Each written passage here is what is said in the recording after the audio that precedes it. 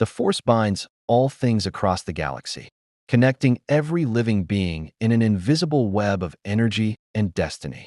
But what happens when something arrives that exists outside the Force entirely? A man whose presence is not absence, but something far more dangerous, pure, undiluted mortal will?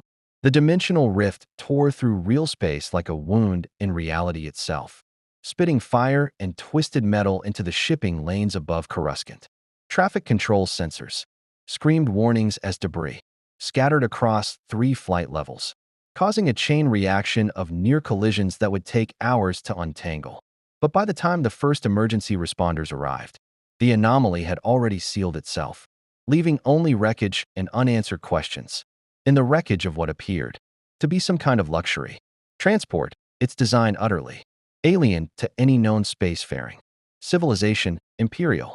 Investigators found nothing. No bodies, no cargo manifests, no answers, just scorch marks and a lingering smell of ozone that made their scanning equipment malfunction. They didn't find the man who had walked away from the crash site. 17 minutes before they arrived, John Wick moved through Coruscant's lower levels with the practiced efficiency of someone who had navigated hostile territory his entire life. The architecture was wrong, too vertical, too clean in some places, too decayed in others, but the fundamentals remained universal. Every city had its underbelly. Every civilization had its criminals. And wherever there were criminals, there were rules. He needed information. He needed weapons. And he needed to understand exactly what he'd agreed to kill.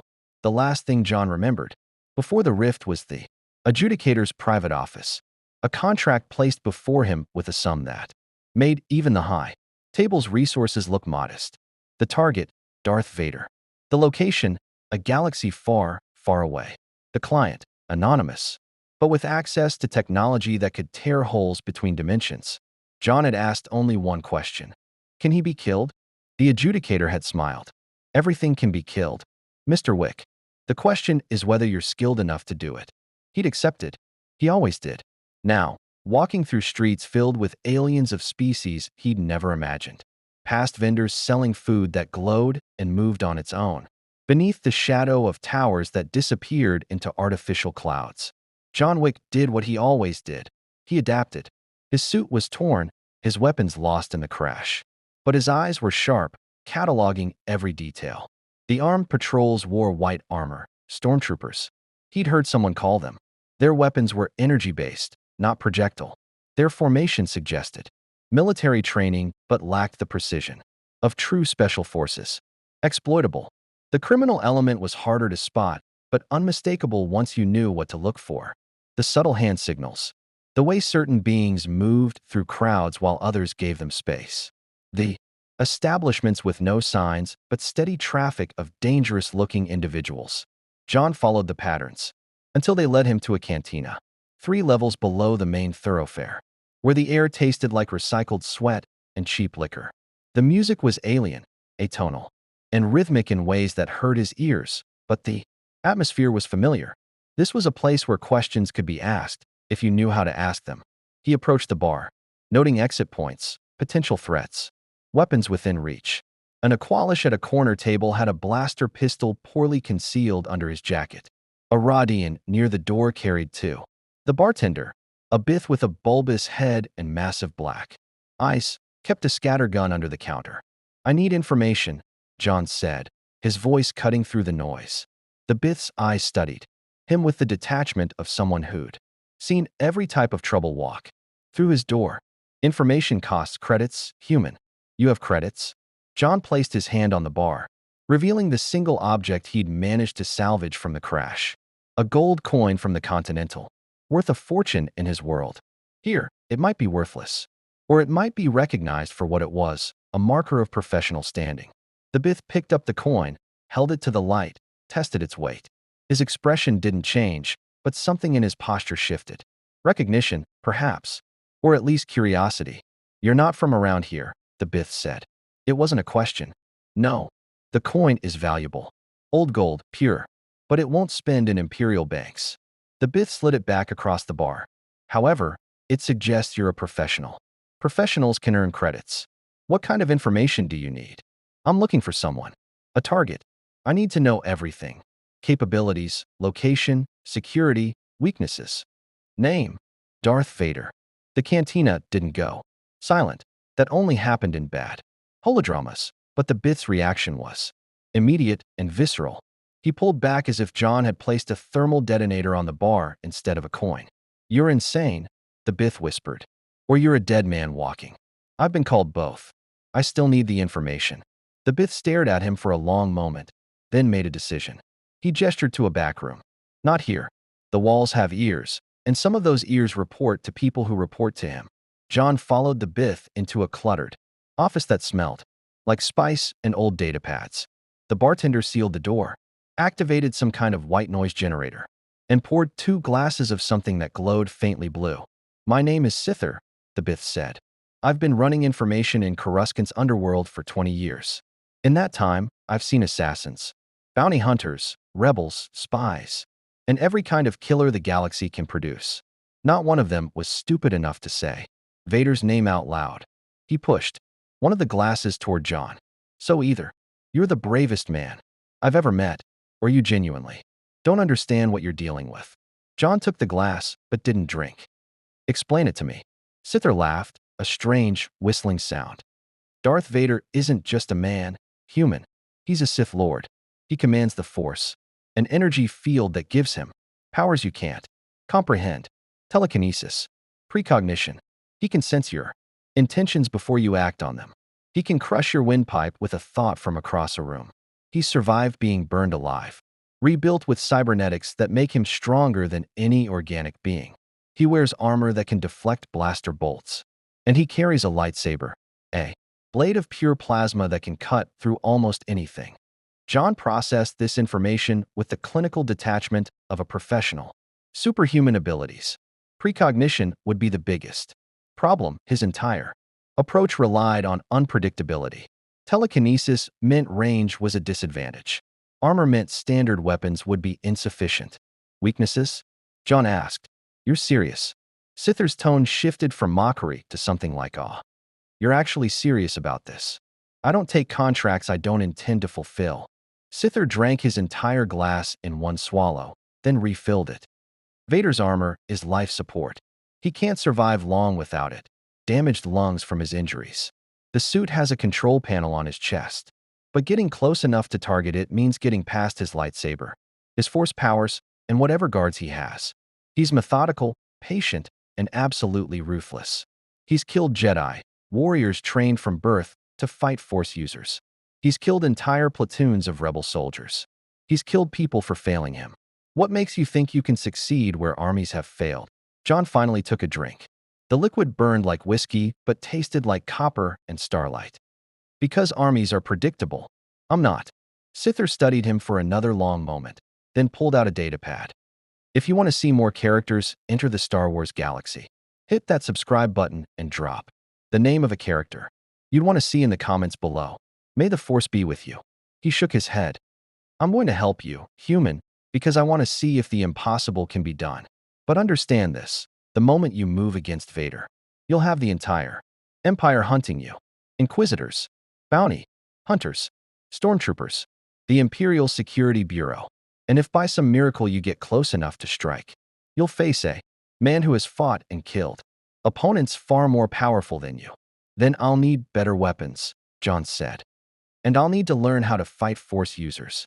That," Sither said, pulling up files on his datapad, "is going to cost more than 1 gold coin." John reached into his jacket and produced 3 more coins, all he had left. He placed them on the desk one by one, the sound of gold on metal echoing in the small room like a promise or a death sentence. "Then we'd better get started," John said.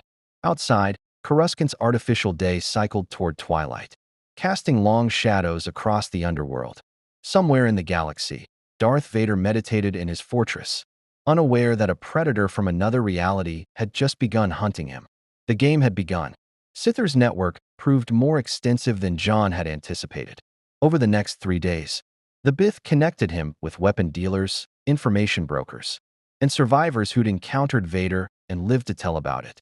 Each conversation added another piece to the puzzle, and John absorbed every detail with the focused intensity.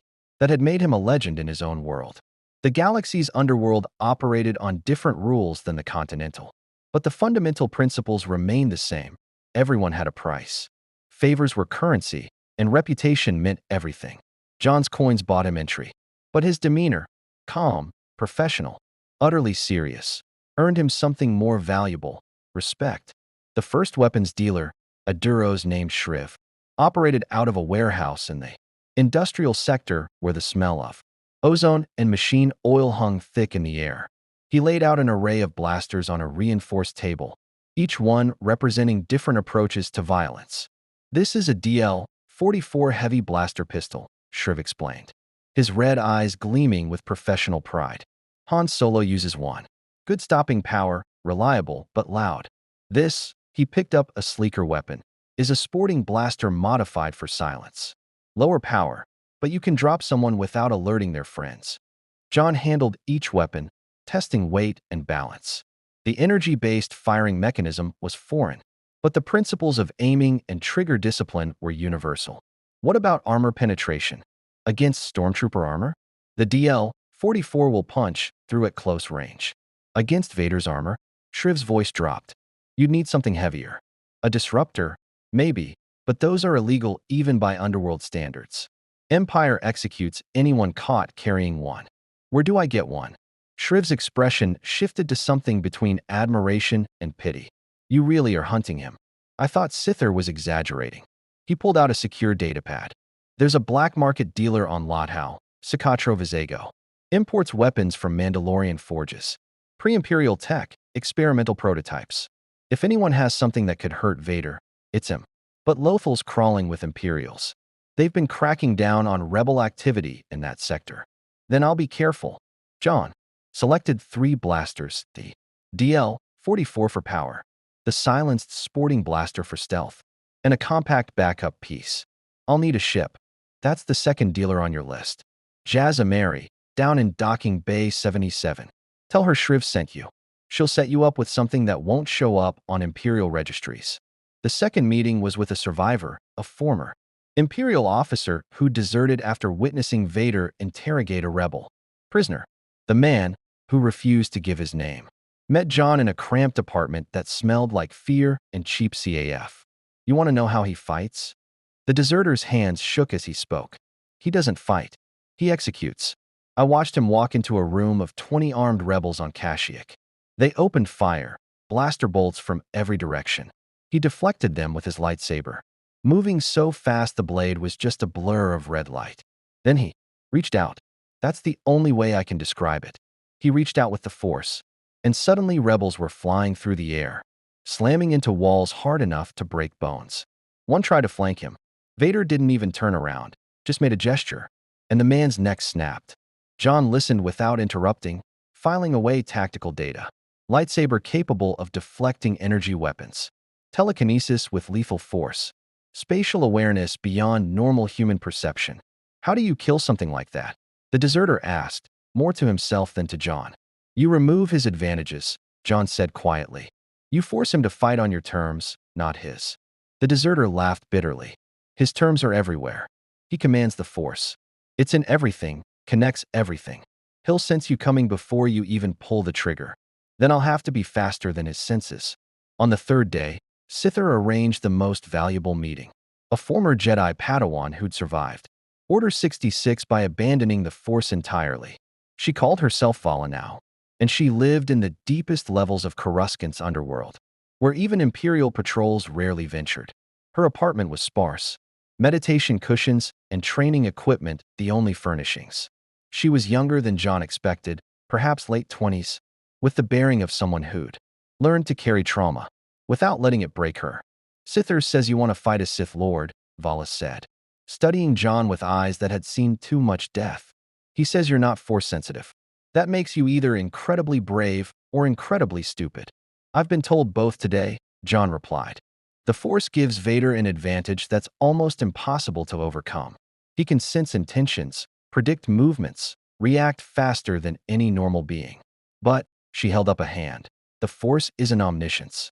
It's instinct, refined and focused through training. Vader was once a Jedi. which means his precognition works best against opponents who think like warriors. Direct attacks, flanking maneuvers, military tactics. He's fought thousands of battles against people trying to kill him. What if I don't fight like a warrior? John asked. Vala's expression shifted to something like interest. Then you might last longer than most. Vader's strong in the Force, but he relies on fear and intimidation. He's used to enemies who panic, who let their terror cloud their judgment. If you can maintain absolute focus, refuse to feel fear or anger, you become harder to read. Not invisible to the Force, but quieter. How do I fight a lightsaber? She moved to her equipment, pulling out a training staff made of some kind of metal that hummed with faint energy. Lightsabers cut through almost everything: durasteel, flesh, bone. But there are materials that can resist them. Cortosis, frick, Beskar. If you can get your hands on Mandalorian armor or a weapon made from those materials, you'd have a chance in close combat. She activated the staff, and it crackled with electricity. This is an electro staff. Not as effective as a lightsaber, but it can block one if you're skilled enough. The problem is, Vader won't just use his blade. He'll use the Force. And when he does, she gestured, and John felt nothing. No invisible hand, no pressure, no indication of power. But Vala's eyes grew distant, haunted. I watched him kill my master, she whispered. She was a Jedi Knight, trained in lightsaber combat for 20 years. She fought beautifully. It didn't matter. He crushed her throat while blocking her strikes. One hand on his lightsaber, one hand reaching out, and she was dead before she hit the ground. Then I won't rely on fighting him fairly, John said. I'll use the environment. Distance. Surprise. Every advantage I can create. Vala looked at him for a long moment, then made a decision. She went to a hidden panel in the wall and removed a small, cylindrical object. A lightsaber. This belonged to my master, she said, her voice tight with emotion. I kept it, hidden away, never using it because I was afraid the Inquisitors would sense it. But if you're really going after Vader, you'll need every weapon you can get. She held it out. The Force flows through lightsabers. You won't be able to use it the way a Jedi would, but in skilled hands, it's still the most dangerous weapon in the galaxy. John took the lightsaber, feeling its weight. Lighter than he expected, perfectly balanced. How do I activate it? She showed him the ignition stud. Press here. The blade is plasma, superheated and magnetically contained. It has no weight, only the hilt does. That makes it dangerous to inexperienced users. You can't feel where the blade is the way you can with a metal sword. Most people who try to use one without training end up cutting themselves. John activated it. A brilliant blue blade erupted from the hilt with a distinctive snap hiss, humming with contained energy. The sound resonated in the small room, and for a moment, he understood why these weapons had become symbols of an ancient order. They were beautiful and terrible in equal measure. I'll train you in the basics, Vala said. Not Jedi techniques, you don't have time for that. But I can teach you how to hold it, how to strike without killing yourself, how to block blaster fire if you're fast enough. It won't be enough to beat Vader in a duel, but it might keep you alive long enough to execute whatever plan you have. John deactivated the blade. Why are you helping me? Vala's expression hardened. Because Vader represents everything the Jedi Order tried to prevent. Because he betrayed and murdered people I loved. Because someone should try, even if the attempt seems impossible. She met his eyes. And because I sense something in you. Not the Force, but something equally powerful. You don't feel fear the way normal people do. You've walked through fire before and come out the other side. Maybe that's enough. They trained for 6 hours. Vala teaching him the 7 basic forms of lightsaber combat. Or at least, the fundamental principles. She showed him how to deflect blaster bolts, how to strike without overextending, how to use the blade's lack of weight to his advantage. John absorbed it all, his muscle memory adapting to the new weapon with the same focused intensity he'd applied to every other skill he'd mastered. When they finished, his arms ached and his hands were blistered despite the gloves Vala had provided. But he could hold the lightsaber without fumbling. He could strike with precision. He could deflect slow-moving training bolts. It wasn't enough, not nearly enough, but it was a start. One more thing, Vala said as he prepared to leave. Vader's fortress is on Mustafar, a volcanic planet in the Outer Rim. He goes there to meditate, to commune with the dark side. The planet itself is saturated with dark energy, death, pain, suffering. It will drain you just being there. And the fortress is designed to kill intruders. Automated defenses, elite guards, environmental hazards. Even if you make it inside, you'll be fighting on ground that strengthens him and weakens you. Then I won't go in the front door, John said. Vala almost smiled. If anyone can do this, maybe it's someone who doesn't know enough to believe it's impossible. She clasped his shoulder. May the force be with you, John Wick. I don't have the force. No, she agreed. But you have something else. Use it. John left Coruscant's underworld the next morning, aboard a modified freighter that didn't appear on any Imperial registry. The ship's previous owner, Jazz Imeri, had been carefully vague about his fate, had equipped it with smuggling compartments, upgraded engines, and weapon systems that were definitely not legal. As the ship jumped to hyperspace, the stars stretching into infinite lines of light, John sat in the cockpit and reviewed everything he'd learned. Vader was powerful, nearly unstoppable by conventional means. But every target had vulnerabilities. Every fortress had weak points. Every legend could be killed. He just had to figure out how. The coordinates were set for Lothal, where better weapons waited. After that, Mustafar. After that, confrontation. John Wick had killed for many reasons throughout his career. Money, revenge, obligation. This contract was different. Somewhere in his research, listening to stories of Vader's cruelty and the Empire's tyranny, the mission had become more than just fulfilling a contract. It had become necessary. Lothal emerged from hyperspace like a wound. In the stars, a backwater agricultural world that the Empire had transformed into an industrial hub. From orbit, John could see the scars, strip mines carved into mountainsides, factories belching smoke into once pristine skies, and the distinctive, triangular silhouettes of star destroyers, hanging in geosynchronous orbit like predators waiting to strike. The planet's beauty hadn't been completely erased. Vast grasslands still rolled beneath twin suns, and in the distance, strange tower-like rock formations jutted toward the sky. But the Imperial presence was unmistakable: TIE fighter patrols, orbital checkpoints, and enough military traffic to make even a ship with false credentials nervous. John piloted the freighter toward Capital City, using approach vectors that Jazzy Mary had programmed into the navicomputer. The ship's transponder identified it as the Perdition's Gate, an independent cargo hauler, registered to a Corellian shipping company that existed only on forged documents. It had worked getting him past 3 checkpoints already. He hoped his luck would hold. Unidentified freighter, transmit your cargo manifest and destination. A bored Imperial voice crackled over the comm. John activated the pre-recorded response, letting the ship's computer handle the conversation, while he monitored the TIE fighters, circling his position.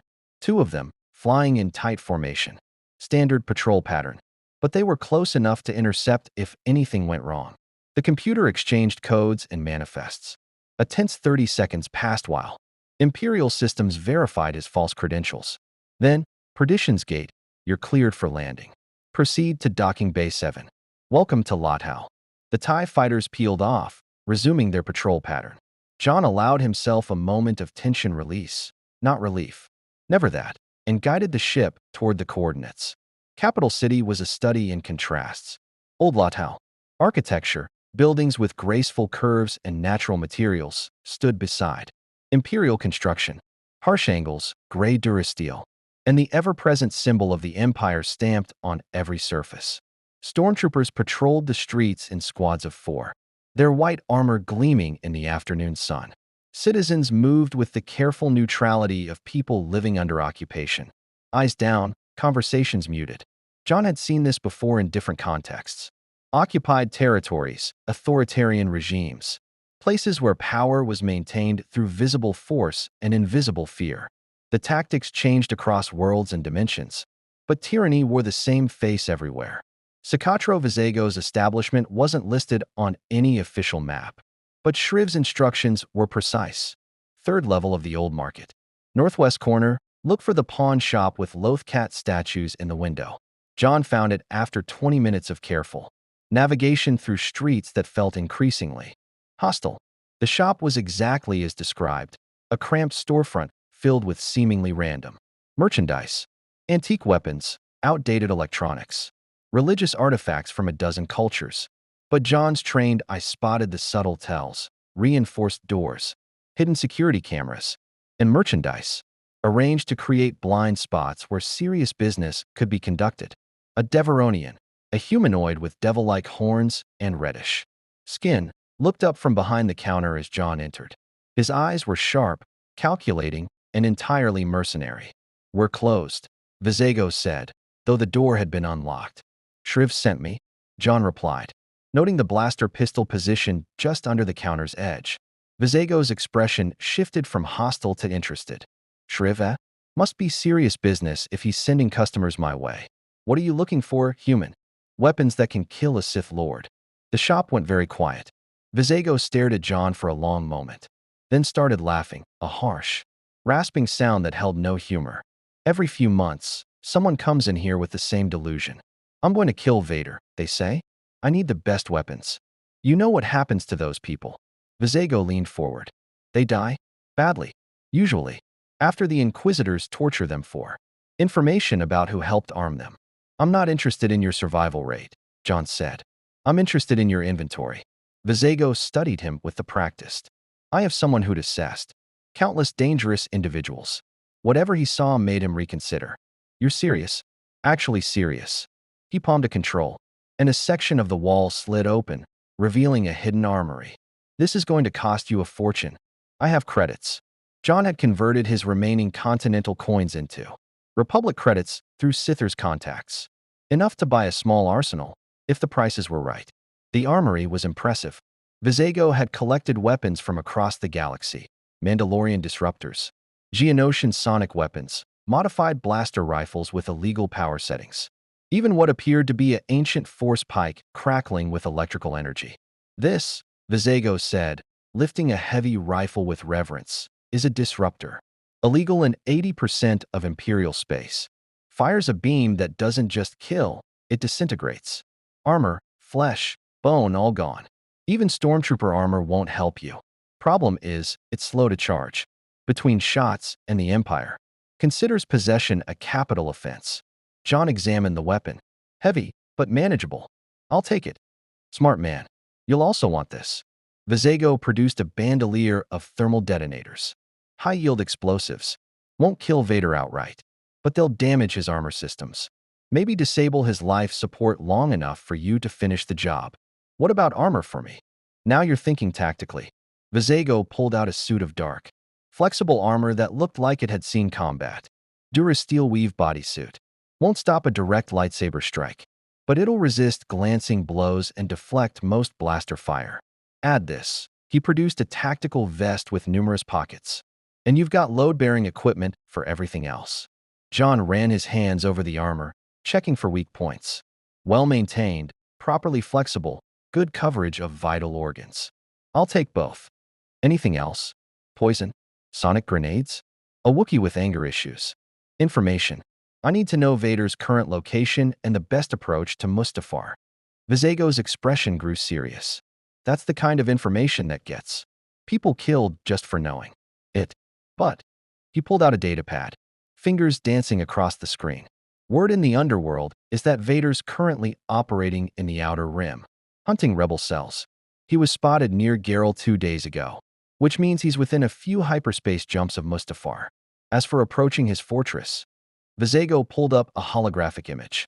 The fortress materialized above the datapad, a dark, angular structure rising from a river of lava, all sharp edges and ominous architecture. It looked less like a home and more like a monument to pain. "The planet itself is a death trap," Vizego explained. "Volcanic activity everywhere, toxic atmosphere, temperatures that'll cook you in minutes without proper protection. The fortress sits on a small island in a lava river. One bridge connects it to the maintenance facilities. Automated defenses cover every approach angle. Inside, you've got elite Imperial guards, not stormtroopers. These are the best of the best. And then there's Vader himself, meditating in his chamber at the fortress's heart. What about aerial insertion? TIE fighter patrols, automated anti-aircraft cannons. And even if you somehow made it through, landing on the fortress would trigger every alarm system Vader has. You'd be dead before you reached the ground." John studied the hologram, his tactical mind processing angles of approach, defensive weaknesses, environmental hazards. Direct assault was suicide. Stealth infiltration was nearly impossible, which meant he needed to think differently. What if I didn't go to the fortress? John asked. What if I forced Vader to come to me? Vizego's eyes widened. You want to ambush Darth Vader? That's actually insane enough it might work. If you could choose the battlefield, control the environment, remove his advantages. He whistled low. You'd still probably die, but it wouldn't be instant. I've survived worse odds. I doubt that, human, but I admire your confidence. Vizego began packaging the weapons. Total comes to 42,000 credits. I'm giving you a discount because I want to see if this actually works. John transferred the credits from his datapad. As the transaction completed, an alarm shrieked through the shop, not Vizego's security system, but something louder, more urgent. An Imperial alert. Vizego's expression went cold. Stormtroopers. They're doing a sweep of the sector. He grabbed John's arm. You need to leave. Now. If they find this armory. The front door exploded inward in a shower of sparks and twisted metal. Four stormtroopers stormed in, blaster rifles raised, moving with the coordinated precision of combat veterans. Sicatro Vizego, you're under arrest for trafficking illegal weapons. The lead trooper barked. And you? The rifle swung toward John. Hands where we can see them. Time seemed to slow. John's hand moved toward the DL-44 holstered at his hip, but he knew the math. For troopers, trained and alert, weapons already aimed. Drawing would get both him and Vizego killed, unless he didn't play by the rules they expected. John's left hand went up slowly, empty, drawing their attention. His right hand grabbed a Lothcat statue from the nearest shelf and hurled it with lethal precision. The statue shattered against the lead trooper's helmet with enough force to crack the plastoid and send the man stumbling backward. Then John moved. He closed the distance to the second trooper before the man could adjust his aim, one hand deflecting the rifle barrel while the other struck the trooper's throat in the unarmored gap beneath the helmet. The trooper dropped, gasping for air. John caught the falling rifle, spun, and fired 3 rapid shots. The energy bolts, blue and superheated, took the third trooper in the chest plate. The armor held for the first 2 shots, but failed on the third, and the trooper collapsed. The fourth trooper was already firing, bolts searing past John's head close enough to smell ozone and burned air. John dove behind a display case, furniture exploding in showers of wood and metal as blaster fire tore through it. He came up firing, and this time his aim was perfect. The bolt caught the trooper in the shoulder joint where armor plates met, spinning the man around and dropping him. The lead trooper, recovered from the statue impact, was calling for reinforcements on his comm when John put a bolt through his chest plate at close range.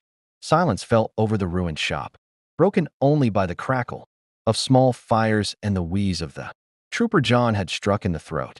The entire engagement had lasted less than 10 seconds. Vizego stared at the carnage, then at John. Who the hell are you? Someone who doesn't leave. Witnesses. John pulled the comm from the dead trooper's helmet, crushing it under his boot. How long before reinforcements arrive? 3 minutes, maybe less. This sector's crawling with patrols. Vizego was already moving, grabbing weapons and equipment. There's a back exit through the warehouse. Take your weapons and go. I'll handle the cleanup and disappear for a while. John gathered the disruptor, thermal detonators, armor, and several backup blasters. The weight would have been crushing for most people, but years of training had prepared him for operating under load. One more thing, Vizego said, tossing John a small device. Scrambler. It'll mask your biosignature from Imperial scanners for about 6 hours. After that, you're on your own. Why help me? Vizego grinned, showing pointed teeth. Because anyone who can take down 4 stormtroopers in under 10 seconds might actually have a chance against Vader. And if you succeed, his expression turned serious.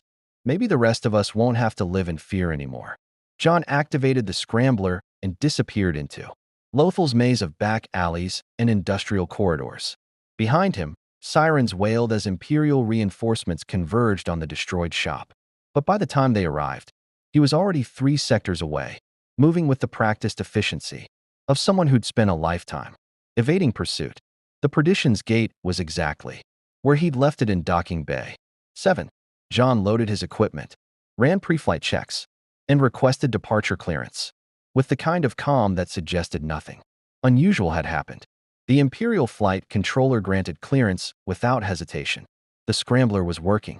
As Lothal fell away beneath him and the stars beckoned, John plotted a course that would take him through 3 systems before heading to Mustafar. He needed time to prepare, to train with the new weapons, to finalize his approach. Somewhere in the galaxy, Darth Vader continued his hunt for rebels. Unaware that he had become the hunted, John Wick checked his weapons one final time, then set the ship to autopilot. The game was accelerating. The Inquisitorious fortress on Nur was a place designed to break spirits. Built on an ocean world where endless waves crashed against black stone, the facility served as headquarters for the Emperor's Jedi hunters, Force-sensitive individuals twisted by the dark side and trained to eliminate any remaining traces of the old order.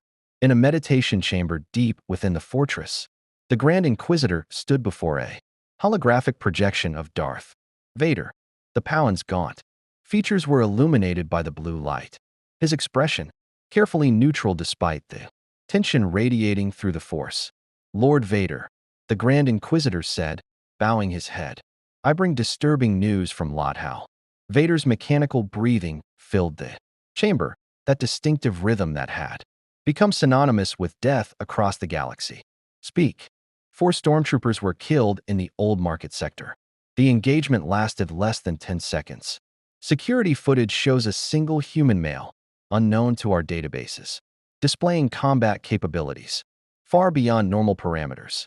The Grand Inquisitor gestured, and the hologram shifted to grainy security footage. Vader watched in silence as the human moved through the stormtroopers with brutal efficiency.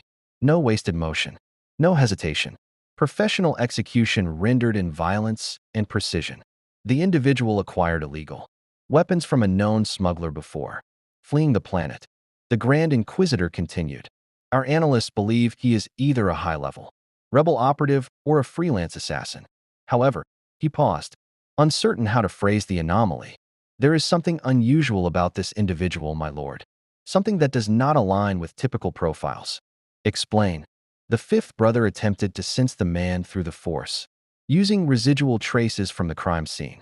He reports that the individual feels absent, not like a Force void creature such as the Yuuzhan Vong from ancient records, but more like a blank space where a person should be, as if his presence exists outside the Force's normal perception.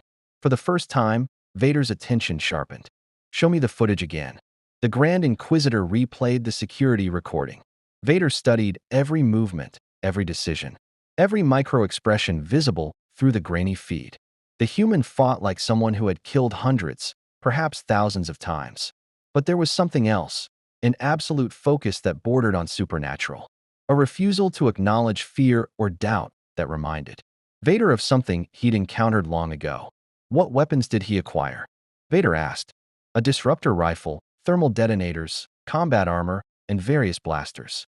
The smuggler's inventory included several items capable of damaging Imperial armor. More significantly, the Grand Inquisitor hesitated again. "The weapons are the type one would acquire if planning to engage a high-value target, someone with advanced armor systems and life support requirements." The implication hung in the air. Vader remained motionless, but the Grand Inquisitor could feel the dark side coiling around his master like a serpent preparing to strike. "Dispatch the 3rd sister and 7th sister to locate this individual," Vader commanded. "I want him taken alive. If he is indeed targeting someone of importance, I will extract that information personally before he dies." "At once, my lord. We've already triangulated his departure vector from Lothal. The ship is registered as the Perdition's Gate, though our analysts believe that identity is fabricated. We're tracking its hyperspace trajectory now. Keep me informed." Vader's hologram flickered. "And Grand Inquisitor, do not underestimate this man. Anyone capable of eliminating trained soldiers in less than 10 seconds is dangerous, Force-sensitive or not." The hologram vanished, leaving the Grand Inquisitor alone with his thoughts and the distant sound of crashing waves. He activated his comm link, summoning the Inquisitors to their mission. Somewhere in the fortress, the 3rd sister, Reva, smiled at the prospect of a new hunt. Wick had no idea he was being hunted. The Perdition's Gate drifted through hyperspace while he trained in the cargo hold, running combat drills with his new weapons until muscle memory began to form. The disruptor rifle was heavier than any weapon he'd used before, with a charge time that felt like eternity in combat situations. He practiced the timing: aim, charge, fire, take cover while the weapon recycled. 3 seconds between shots. An eternity when facing an enemy with precognition. The lightsaber training was more challenging. Vala had taught him the basics, but actually using the weapon in combat would require instincts he didn't possess. The blade had no weight beyond the hilt, which meant every movement felt wrong to someone trained with conventional weapons. He could strike accurately, could maintain proper form, but the weapon still felt alien in his hands. He practiced deflecting training, bolts from a remote drone he'd found in the ship's storage, low-powered, energy shots that would sting but not injure. The first dozen attempts ended with bolts hitting his armor. The next dozen saw marginal improvement. By the 100th attempt, he was deflecting 1 in every 3 shots. Not good enough. Not nearly good enough for Vader. But it was progress.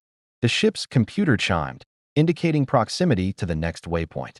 John shut down the training equipment and returned to the cockpit, pulling the vessel out of hyperspace near a desolate moon where he could perform maintenance and continue preparations without Imperial scrutiny. As he ran system diagnostics, a priority alert flashed across the communications array. Someone was broadcasting on an encrypted frequency, not Imperial, but not Rebel either. Something else. John decrypted the signal using tools Sither had provided. The message materialized on his screen. To the hunter from another world, your presence has been noticed. The Inquisitorius seeks you. 2 of their number are already tracking your ship. If you wish to survive long enough to reach your target, you must disappear completely.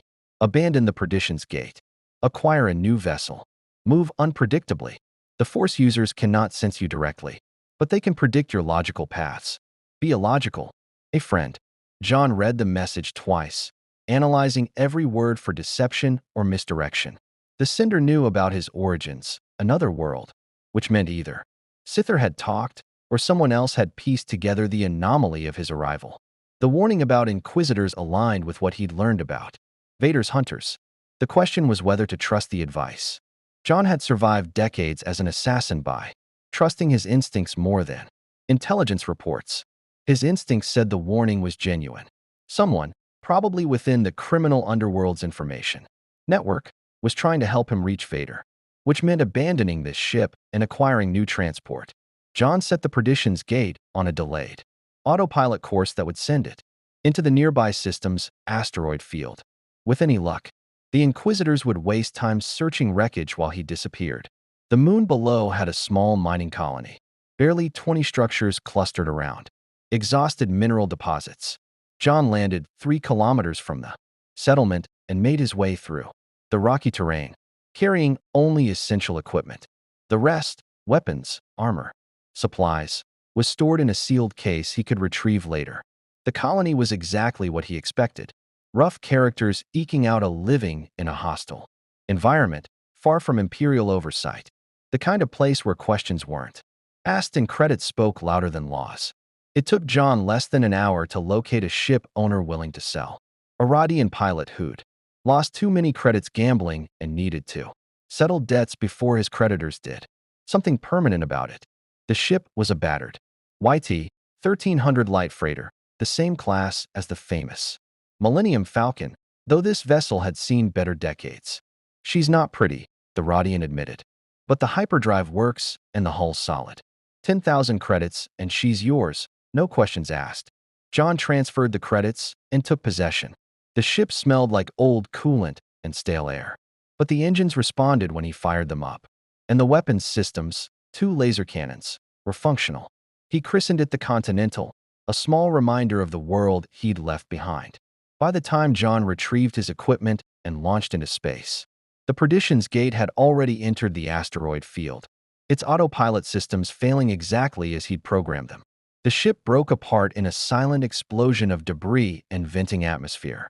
Any pursuit would find wreckage and assume the worst. John plotted a new course, not directly to Mustafar, but to 3 intermediate systems chosen at random. Illogical paths, as the message had advised.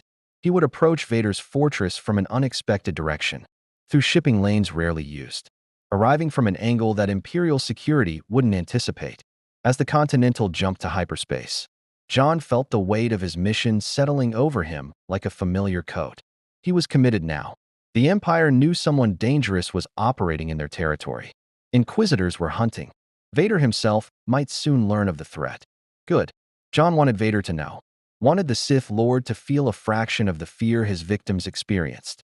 Wanted him to understand that somewhere in the galaxy, a predator was coming. Because that's what John Wick had always been. A predator dressed in civilized clothing, operating by a code that made him seem almost human. But beneath the suits and courtesy, beneath the professional demeanor and controlled violence, was something that even the Force couldn't fully comprehend.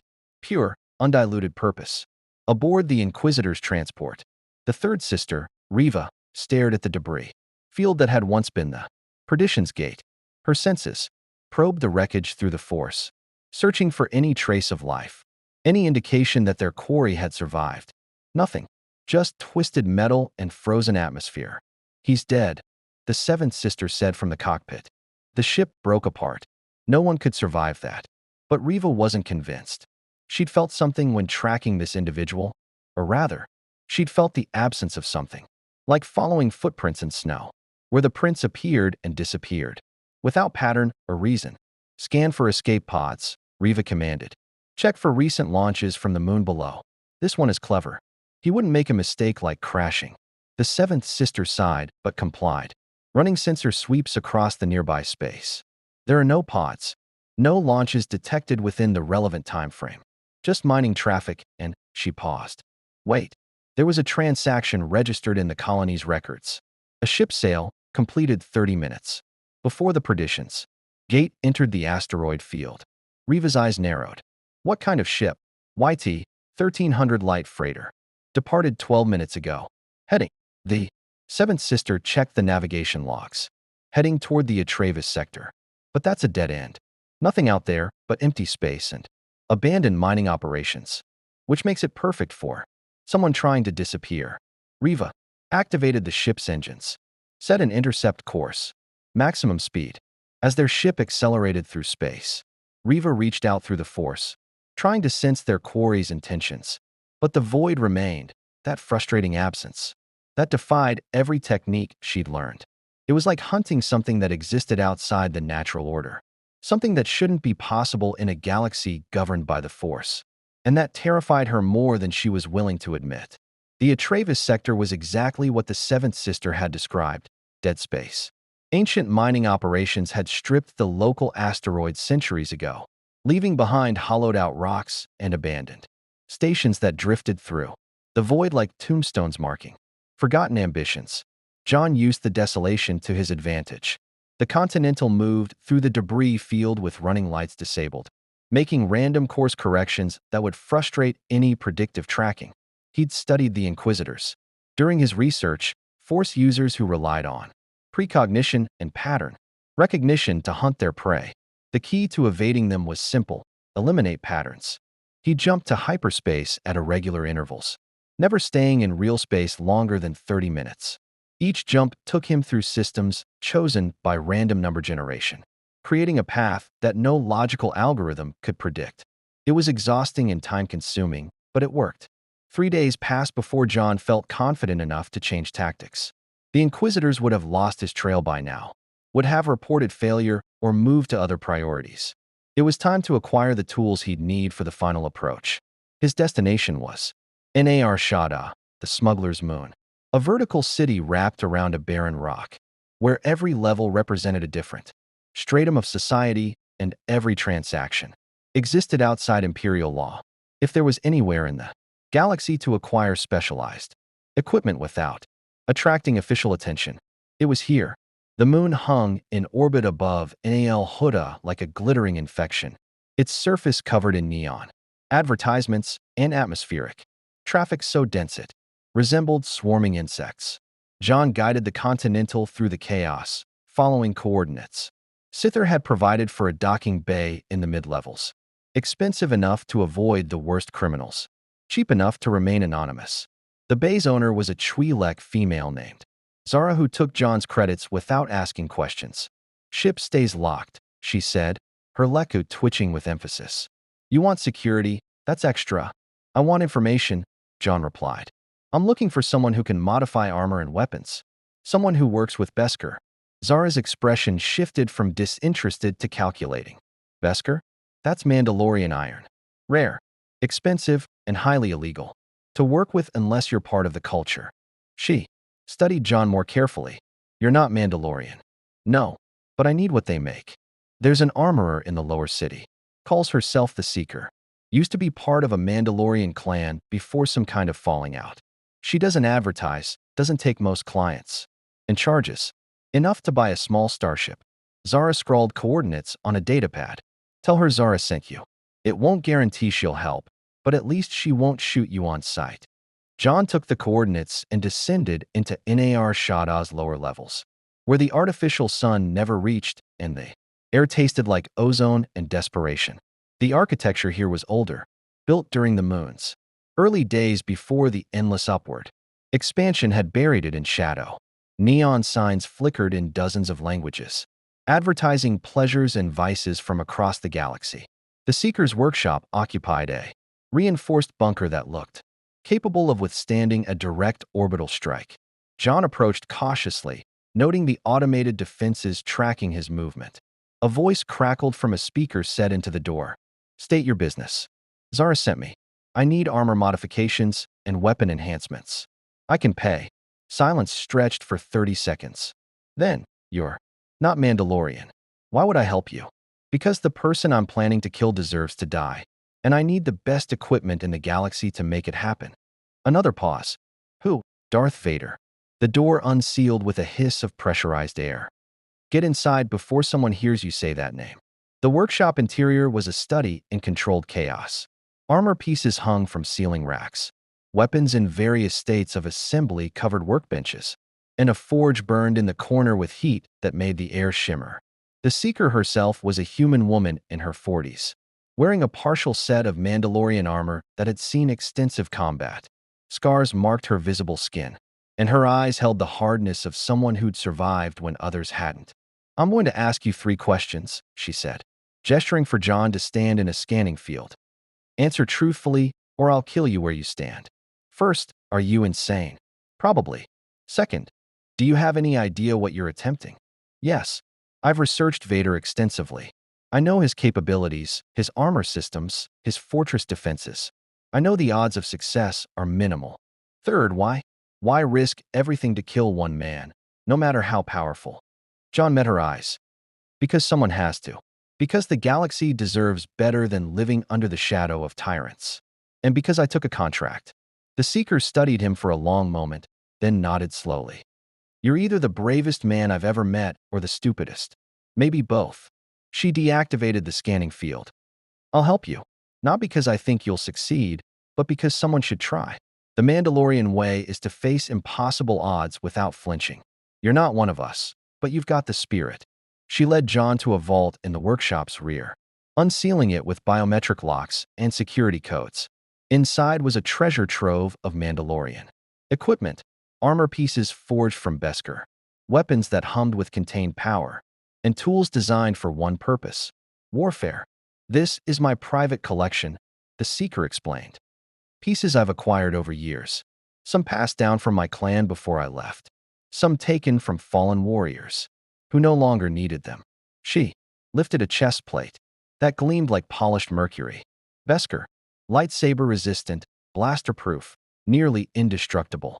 It won't make you invincible, but it'll keep you alive longer than Durasteel. John ran his hand over the metal, feeling its weight and balance. How much? For the full set? More credits than you probably have. But the Seeker pulled out additional pieces, gauntlets, a helmet with a distinctive T-shaped visor, leg armor. I can modify your existing armor, reinforce critical areas with Beskar plating, cover your vitals, add protection to joints and weak points. You won't be wearing full Mandalorian armor, but you'll have enough Beskar to survive a few lightsaber strikes. That's all I need. A few seconds of survival. The Seeker nodded approvingly. Smart. You're not trying to beat Vader in a straight fight. You're trying to create an opening. She began taking measurements, her hands moving with professional efficiency. What about weapons? John showed her his arsenal, the disruptor rifle, the modified blasters, the lightsaber Vala had given him, and the thermal detonators. The Seeker examined each piece with critical expertise. The disruptor's good, but the charge time will get you killed. I can modify it. Install a rapid cycle capacitor that cuts the delay in half. You'll get fewer shots per power pack. But in a fight against Vader, you won't live long enough to empty one anyway. What about the lightsaber? She activated it, studying the blue blade with an expression John couldn't quite read. This belonged to a Jedi. I can feel it in the Kyber crystals. Resonance. Her eyes flicked too. John, you're not force sensitive. Using this against Vader is suicide. I know, but I might need it. Then at least let me modify the hilt. Add a cortosis weave to the grip if Vader's blade contacts it. The cortosis will temporarily short out his lightsaber. 1 second, maybe 2. That's your window. She deactivated the blade and set it aside. I'll also give you a Beskar vambrace with a wrist-mounted flame projector. Mandalorians use them against Jedi. Fire disrupts their concentration, makes it harder to predict attacks through the Force. Over the next 6 hours, the Seeker transformed John's equipment into something capable of challenging the Empire's deadliest enforcer. The armor gained Beskar reinforcement across the chest, shoulders, and forearms, enough protection to deflect glancing lightsaber blows without the full weight of traditional Mandalorian armor. The disruptor rifle received its modifications, the charge time dropping from 3 seconds to 1.5. The lightsaber's hilt was wrapped in cortosis wire, creating a failsafe if the blade's locked. One more thing, the Seeker said, producing a small injector filled with glowing blue liquid. Combat stimulant. Mandalorian formula, designed to enhance reflexes and reaction time in battle. It'll give you an edge for about 5 minutes before the crash hits. Use it when you absolutely need to move faster than humanly possible. John took the injector, adding it to his equipment. How much do I owe you? The Seeker calculated on a datapad. 25,000 credits for materials and labor. But I'm taking a discount, because I want to see if this is possible. She handed him a small communicator. If you somehow survive killing Vader, contact me. The galaxy will need to know that the Empire's enforcer can bleed. John transferred the credits and gathered his enhanced equipment. As he prepared to leave, the Seeker spoke again. One piece of advice, warrior. Vader was once Anakin Skywalker, the greatest Jedi of his generation. He's fought battles against opponents you can't imagine, survived injuries that would kill anyone else, and been remade into something more machine than man. But machines have weaknesses. She tapped her temple. He relies on the Force so completely that he's forgotten what it means to fight. Someone who exists outside it. Use that. Be unpredictable. Be the thing his precognition can't account for. I intend to. John left Nar Shaddaa with equipment worthy of his mission and knowledge that sharpened his tactical approach. The Beskar armor wouldn't make him Vader's equal, but it would keep him alive long enough to execute his plan. The modified weapons would give him genuine threats against the Sith Lord's defenses, and the cortosis weave lightsaber might provide the critical second he needed. But equipment alone wouldn't be enough. John needed one more element, the perfect battlefield. He'd studied Vader's patterns during his research. The Sith Lord traveled constantly, hunting rebels and crushing Imperial failures with equal ruthlessness. But there was one location he returned to when he needed to meditate, to commune with the dark side, to remember what he'd lost and what he'd become. Mustafar. John set course for the Outer Rim, plotting a careful approach that would bring him to the volcanic world from an unexpected vector, not through official hyperspace lanes, but through hazardous routes used by smugglers and desperate captains. The journey would take 4 days. John used the time to train with his enhanced equipment, to memorize Vader's known combat patterns, to prepare mentally for confronting something that his reality had never prepared him for. On the final night before reaching Mustafar, John sat in the Continental's cockpit and reviewed everything he knew about his target. Darth Vader, Sith Lord, cyborg enforcer of the Galactic Empire, former Jedi Knight Anakin Skywalker, killer of thousands. nearly unstoppable in direct combat, protected by the dark side of the force and armor that kept him alive while simultaneously imprisoning him. Every analysis said the mission was impossible. John had made a career of achieving the impossible. He checked his weapons one final time, adjusted his Beskar-reinforced armor, and felt the familiar calm settling over him, the same emotional state that had carried him through countless contracts, the same focused determination that had earned him the name Baba Yaga. Mustafar appeared on his sensors, a burning world of lava and ash where the Force itself screamed with ancient pain. It was time to see if a legend could kill a legend. Mustafar emerged from hyperspace like a vision of hell given form. The planet's surface writhed with rivers of molten rock that carved glowing veins across blackened continents. Volcanic eruptions punctuated the landscape in pillars of fire and ash, while the atmosphere, what little existed, glowed red with reflected heat and particulate matter. Even from orbit, the world felt hostile, as if the planet itself rejected the concept of life. John studied the tactical display with cold calculation. 3 Imperial patrol ships maintained standard orbital patterns, their sensors sweeping for unauthorized vessels. TIE fighter squadrons launched from a small orbital station every 4 hours, running precision sweeps before returning to dock. And there, on the planet's surface, rising from an island in a lava river, like a dark monument to suffering, Vader's fortress. The structure was exactly as Visego's hologram had shown. Angular, aggressive architecture that seemed designed to intimidate rather than shelter. A single bridge connected the fortress to the mainland processing facilities, where workers in environmental suits maintained the equipment that kept the Sith Lord's sanctum operational. Automated defense systems bristled from every tower and wall, anti-aircraft cannons, missile batteries, and sensor arrays that could detect a ship's heat signature from 100 kilometers away. Direct assault remained suicide. Even with his enhanced equipment, John couldn't fight through that much firepower and defensive depth, which meant he needed to think differently. He'd spent the journey studying every available detail about Mustafar's history. The planet had been a separatist stronghold during the Clone Wars, home to secret meeting facilities and manufacturing plants. Most had been abandoned after the war's end, left to decay in the hostile environment. But ruins still dotted the surface, structures that predated the Empire, that existed below the level of current security concerns. John found what he needed in corrupted historical databases. An old mining complex 15 kilometers from Vader's fortress, built into a dormant volcanic caldera. The facility had been used to extract rare minerals until the Clone Wars, when it was repurposed as a listening post. Imperial records listed it as destroyed and abandoned. After an eruption 20 years ago, perfect, the Continental descended toward Mustafar's surface using an approach vector that took it through a region of intense volcanic activity, where sensor interference from ash clouds and electromagnetic disruption would mask the ship's presence.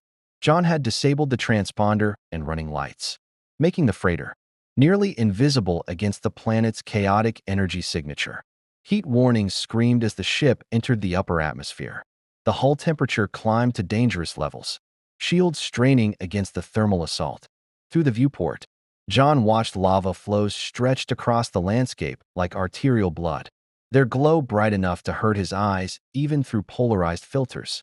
The abandoned mining complex appeared through the ash, a collection of structures built into the caldera's walls, half buried by volcanic debris and time. John landed the Continental inside what had once been a loading bay, using maneuvering thrusters to navigate through the partially collapsed entrance. The ship settled onto ancient decking with a groan of stressed metal. External temperature, 427 degrees Celsius. Atmospheric composition, toxic. Volcanic activity, extreme. John suited up in environmental gear designed for Mustafar's conditions, a sealed suit with thermal regulation and a respirator, rated for caustic atmospheres. Over this, he wore his Beskar-reinforced armor, the Mandalorian iron plates gleaming dully in the ship's interior lighting. The disruptor rifle went across his back, blaster pistols at his hips, lightsaber clipped to his belt, and thermal detonators secured in his tactical vest. He looked like something between a Mandalorian warrior and a bounty hunter, anonymous, dangerous, and equipped for war. Before leaving the ship, John activated a series of pre-programmed systems. The Continental would monitor Imperial communications, scanning for any indication that Vader was returning to his fortress. When the Sith Lord's ship entered the system, the computer would alert John via an encrypted signal on his wrist communicator. Then the waiting game would begin. John emerged from the mining complex into Mustafar's nightmare landscape. The heat was overwhelming despite his suit's thermal regulation, a crushing weight that pressed against him like a physical force. The air, what existed of it, shimmered with convection currents. Lava rivers flowed in the distance, their movement slow and inexorable, consuming everything in their path. He moved through the ruins with tactical precision, cataloging every position, every sight line, every piece of terrain that could be used as cover or concealment.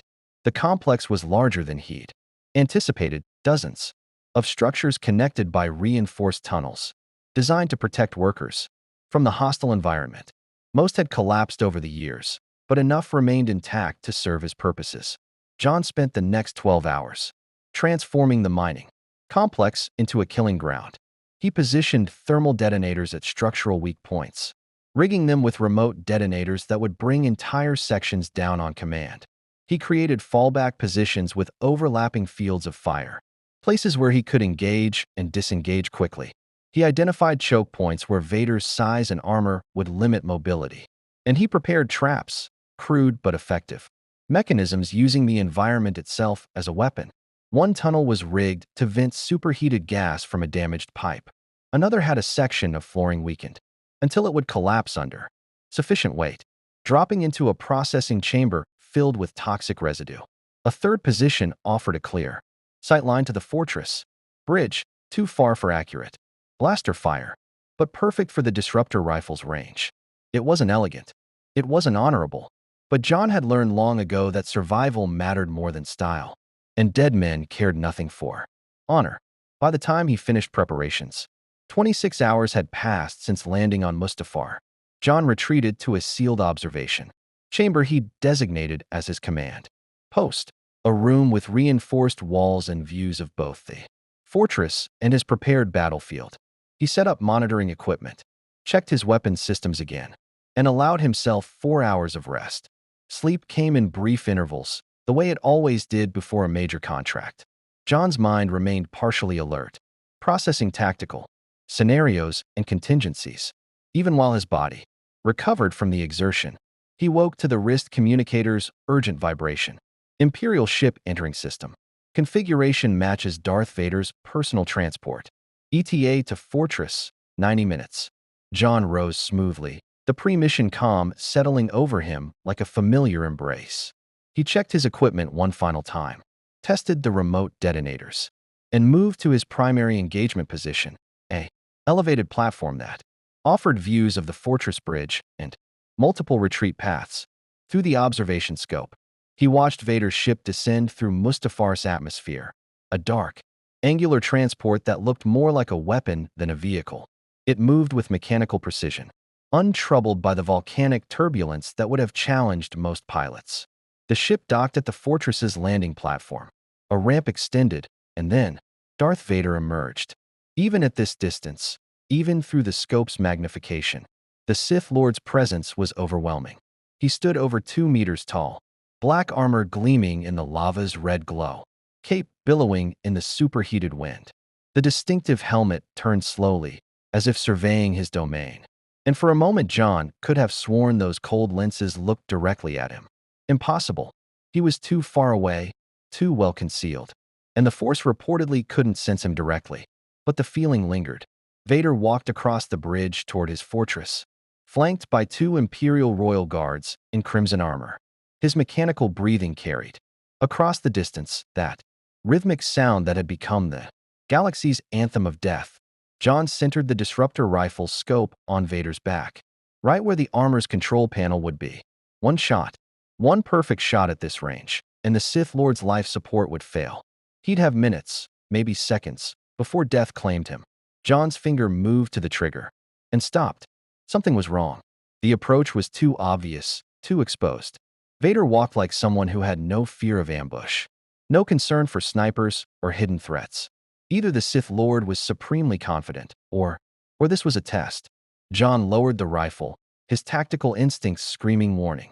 If Vader could sense danger through the Force, walking across that bridge openly was an invitation. The Sith Lord wanted someone to take the shot, wanted to see if threats existed on his world. And if John fired now, he'd reveal his position before the real confrontation began. No, he needed Vader isolated, away from the fortress and its defenses, in terrain that favored a human assassin over a force-wielding cyborg. That meant drawing the Sith Lord out, creating a situation that demanded personal investigation. John watched Vader disappear into the fortress, then activated his communicator. Time to bait the trap. He descended from his observation post and moved to the location he'd prepared specifically for this. An Imperial communications relay he'd discovered in the mining complex's old control center. The equipment was ancient but functional, still connected to the planet's network through buried cables that had survived decades of volcanic activity. John accessed the system, bypassing security protocols with tools Sither had provided. Within minutes, he'd penetrated Vader's fortress network, not deeply, not enough to trigger serious alarms, but enough to be noticed. He typed a single message on the compromised system. "I know what you lost on Mustafar. I know who you were. Anakin Skywalker died here, but something worse was born. Come to the old mining complex. Come alone. Face the man who's been sent to kill you." John had sent, broadcasting the message directly to the fortress's internal network. Every terminal, every datapad, every display would show those words. Vader would see it, would know someone had penetrated his sanctuary, and the Sith Lord would respond.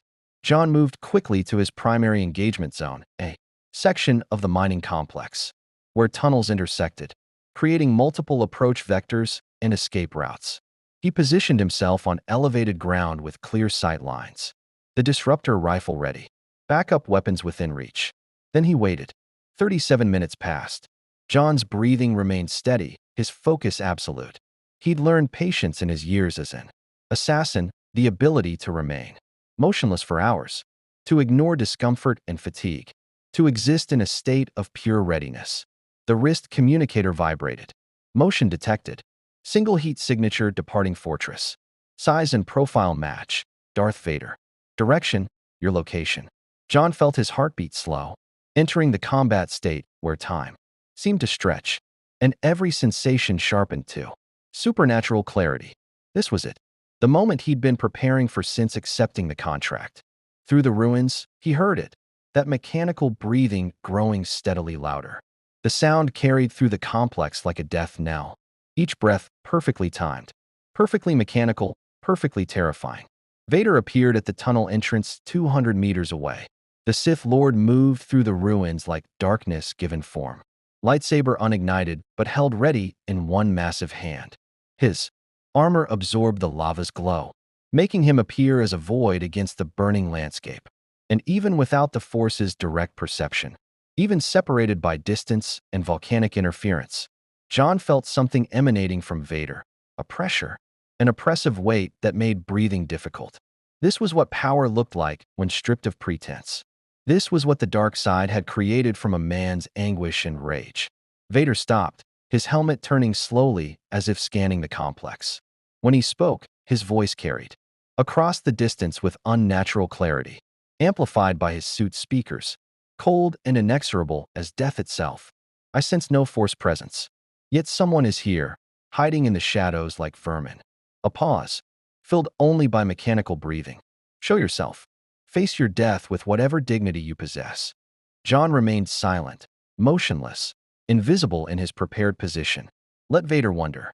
Let the Sith Lord's precognition fail against someone who existed outside its parameters. After a moment, Vader began moving again, advancing through the ruins with methodical precision. Each step was measured, calculated. His free hand gestured occasionally, and debris would shift, chunks of metal pulled aside by telekinesis, collapsed sections of tunnel torn open to reveal potential hiding spots. The Force was being used to flush him out, to eliminate concealment systematically. John watched through his scope, tracking Vader's movement, calculating angles and timing. The Sith Lord was 50 meters from John's position when he triggered the first trap. A support beam, weakened during Jon's preparations, gave way under the focused pressure of Vader's telekinesis, but not in the way the Sith Lord intended. The beam collapsed sideways, striking a volatile container of mining chemicals Jon had positioned precisely. The explosion was massive, a fireball that consumed 30 meters of tunnel in superheated flame and concussive force. Debris flew outward in a deadly hail, and for a moment, Vader disappeared in the conflagration. Then the dust settled. Vader stood exactly where he'd been before. Cape smoldering, armor scorched but intact. One hand raised with palm out. The Force had protected him, creating an invisible barrier that absorbed most of the blast. But, and this was critical, he'd been hurt. A crack had appeared in his chest plate, near the control panel. Smoke rose from damaged systems. Jon didn't hesitate. He fired the disruptor rifle. The weapon discharged with a distinctive whine, launching a beam of disintegrating energy directly at Vader's damaged chest. At this range, against compromised armor, the shot should have been lethal. Vader moved. Impossibly fast for something so large and mechanical, the Sith Lord twisted aside. The disruptor beam missed by centimeters, instead striking the wall behind him and vaporizing a meter-wide section of stone. Vader's lightsaber ignited, a blade of blood-red plasma that cast the ruins in crimson light. His helmet snapped toward Jon's position with predatory focus. There you are. Jon was already moving, abandoning his position as Vader's free hand gestured toward him. The tunnel section where he'd been standing exploded inward, crushed by telekinetic force strong enough to compress durasteel like paper. But Jon wasn't there anymore. He was running through his prepared routes, using knowledge of the terrain and prepositioned equipment to stay ahead of the Force's reach. Behind him, Vader's mechanical breathing grew louder, closer, relentless. The hunt had begun in earnest. Jon ran through the mining complex with the practiced efficiency of someone who'd mapped every meter during preparation. Behind him, the sound of destruction followed. Walls torn apart, structures collapsed, the environment itself weaponized by Vader's telekinetic fury. But the Sith Lord's power, vast as it was, couldn't account for tactics designed specifically to exploit its limitations. Jon triggered the second trap as he passed through a junction point. A series of load-bearing supports gave way simultaneously, dropping 20 tons of reinforced ceiling onto the tunnel behind him. Dust and debris filled the air, cutting visibility to near zero. Through the chaos, he heard Vader's lightsaber, that distinctive hum cutting through falling stone as the Sith Lord carved his way forward without slowing. The obstacles were inconveniences, nothing more. Time to change the approach. Jon reached a prepositioned weapons cache, strapping on additional thermal detonators and swapping the partially depleted disruptor rifle for a fully charged backup. He also grabbed something else, a device the Seeker had called a Mandalorian surprise, a sonic charge typically used in mining operations, modified to emit a frequency that disrupted electronic systems within a 50-meter radius. He placed it at a junction, armed the trigger, and moved to his next position, an elevated catwalk, overlooking a large processing chamber. The room was exactly what he needed: multiple levels, limited sight lines, and environmental hazards in the form of damaged chemical tanks that leaked toxic substances across the floor. Vader entered the chamber 30 seconds later. Emerging from the tunnel, Jon had collapsed. Debris covered his armor, his cape was torn, and smoke still rose from the crack in his chest plate. But he moved without hesitation, without visible fatigue, as if the obstacles had cost him nothing. The Sith Lord stopped in the center of the chamber, surrounded by potential threats, but seemingly unconcerned. His helmet tilted upward, scanning the catwalks and elevated positions. Clever, Vader's voice echoed through the space. You prepared this battlefield, studied the terrain, positioned your traps with precision. The lightsaber hummed as he gestured at the room. But you are still mortal, still limited, and I have fought opponents far more dangerous than one man with conventional weapons. Jon remained silent, watching from concealment. Let Vader believe his enemy was rattled, uncertain. The Sith Lord's arrogance was a weapon that could be turned against him. Vader began walking toward the nearest stairwell that would lead to the catwalks. You do not feel like a rebel. Too professional, too focused. Not like the Inquisitors either, They have their own stench of desperation and ambition. He paused, mechanical breathing filling the silence. You are something else.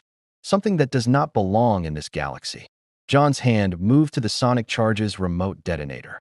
I will offer you one opportunity, Vader continued. Surrender. Tell me who sent you and how you arrived in this galaxy. Do this, and I will make your death quick. Refuse. The lightsaber's hum intensified, and I will take days extracting the information I require. John pressed the detonator. The sonic charge exploded, with a pulse of invisible energy that swept through the chamber like a wave. Lights flickered and died. Electronic systems sparked and failed. And Vader's armor, so dependent on sophisticated technology to keep him alive, seized up for 3 crucial seconds. The Sith Lord staggered, one hand clutching his chest, where the control panel had already been damaged by the earlier explosion. His breathing became labored, irregular, as life support systems struggled to compensate. John fired the disruptor rifle twice in rapid succession. The first beam struck Vader's raised hand, the one that had been reaching toward John with telekinetic intent. The disruptor's energy vaporized flesh and cybernetics alike, severing the limb at the wrist. The hand fell to the floor, still twitching, the red lightsaber deactivating as it hit the ground. The second beam should have hit Vader's chest, should have finished the job. But the Sith Lord recovered faster than any human should have been possible. Despite damaged systems, despite the missing hand, despite everything, Vader moved. The Force hurled him sideways with enough velocity to crack the wall he slammed into. But it got him out of the disruptor's path. The beam missed by inches. John was already moving, abandoning the catwalk as Vader's remaining hand gestured toward him. The platform exploded, twisted metal flying through the air with lethal force. John dropped through a maintenance shaft he'd prepared earlier, sliding 20 meters down before catching himself on a secondary level. Above him, Vader appeared at the edge of the destroyed catwalk. Blood, surprisingly red, surprisingly human, dripped from the stump of his severed hand. His breathing sounded different now, harsher, more labored, as if the armor's damaged systems were failing to provide adequate support. Impressive, Vader acknowledged, his voice distorted by equipment malfunction. You have managed to wound me. Few living beings can claim such an achievement. He gestured with his remaining hand, and debris began rising from the chamber floor.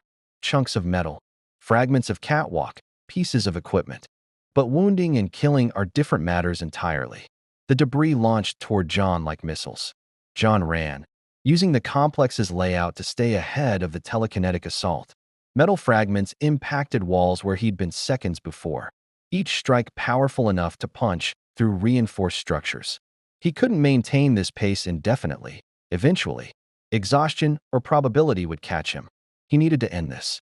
John reached the section he'd designated as his final engagement zone, a large chamber that had once housed the mining facility's primary equipment. Most of the machinery was gone, salvaged or destroyed over the years. But the support infrastructure remained, and John had spent hours preparing it. He entered the chamber and took position behind a reinforced pillar, readying his weapons. The disruptor rifle was down to 3 shots.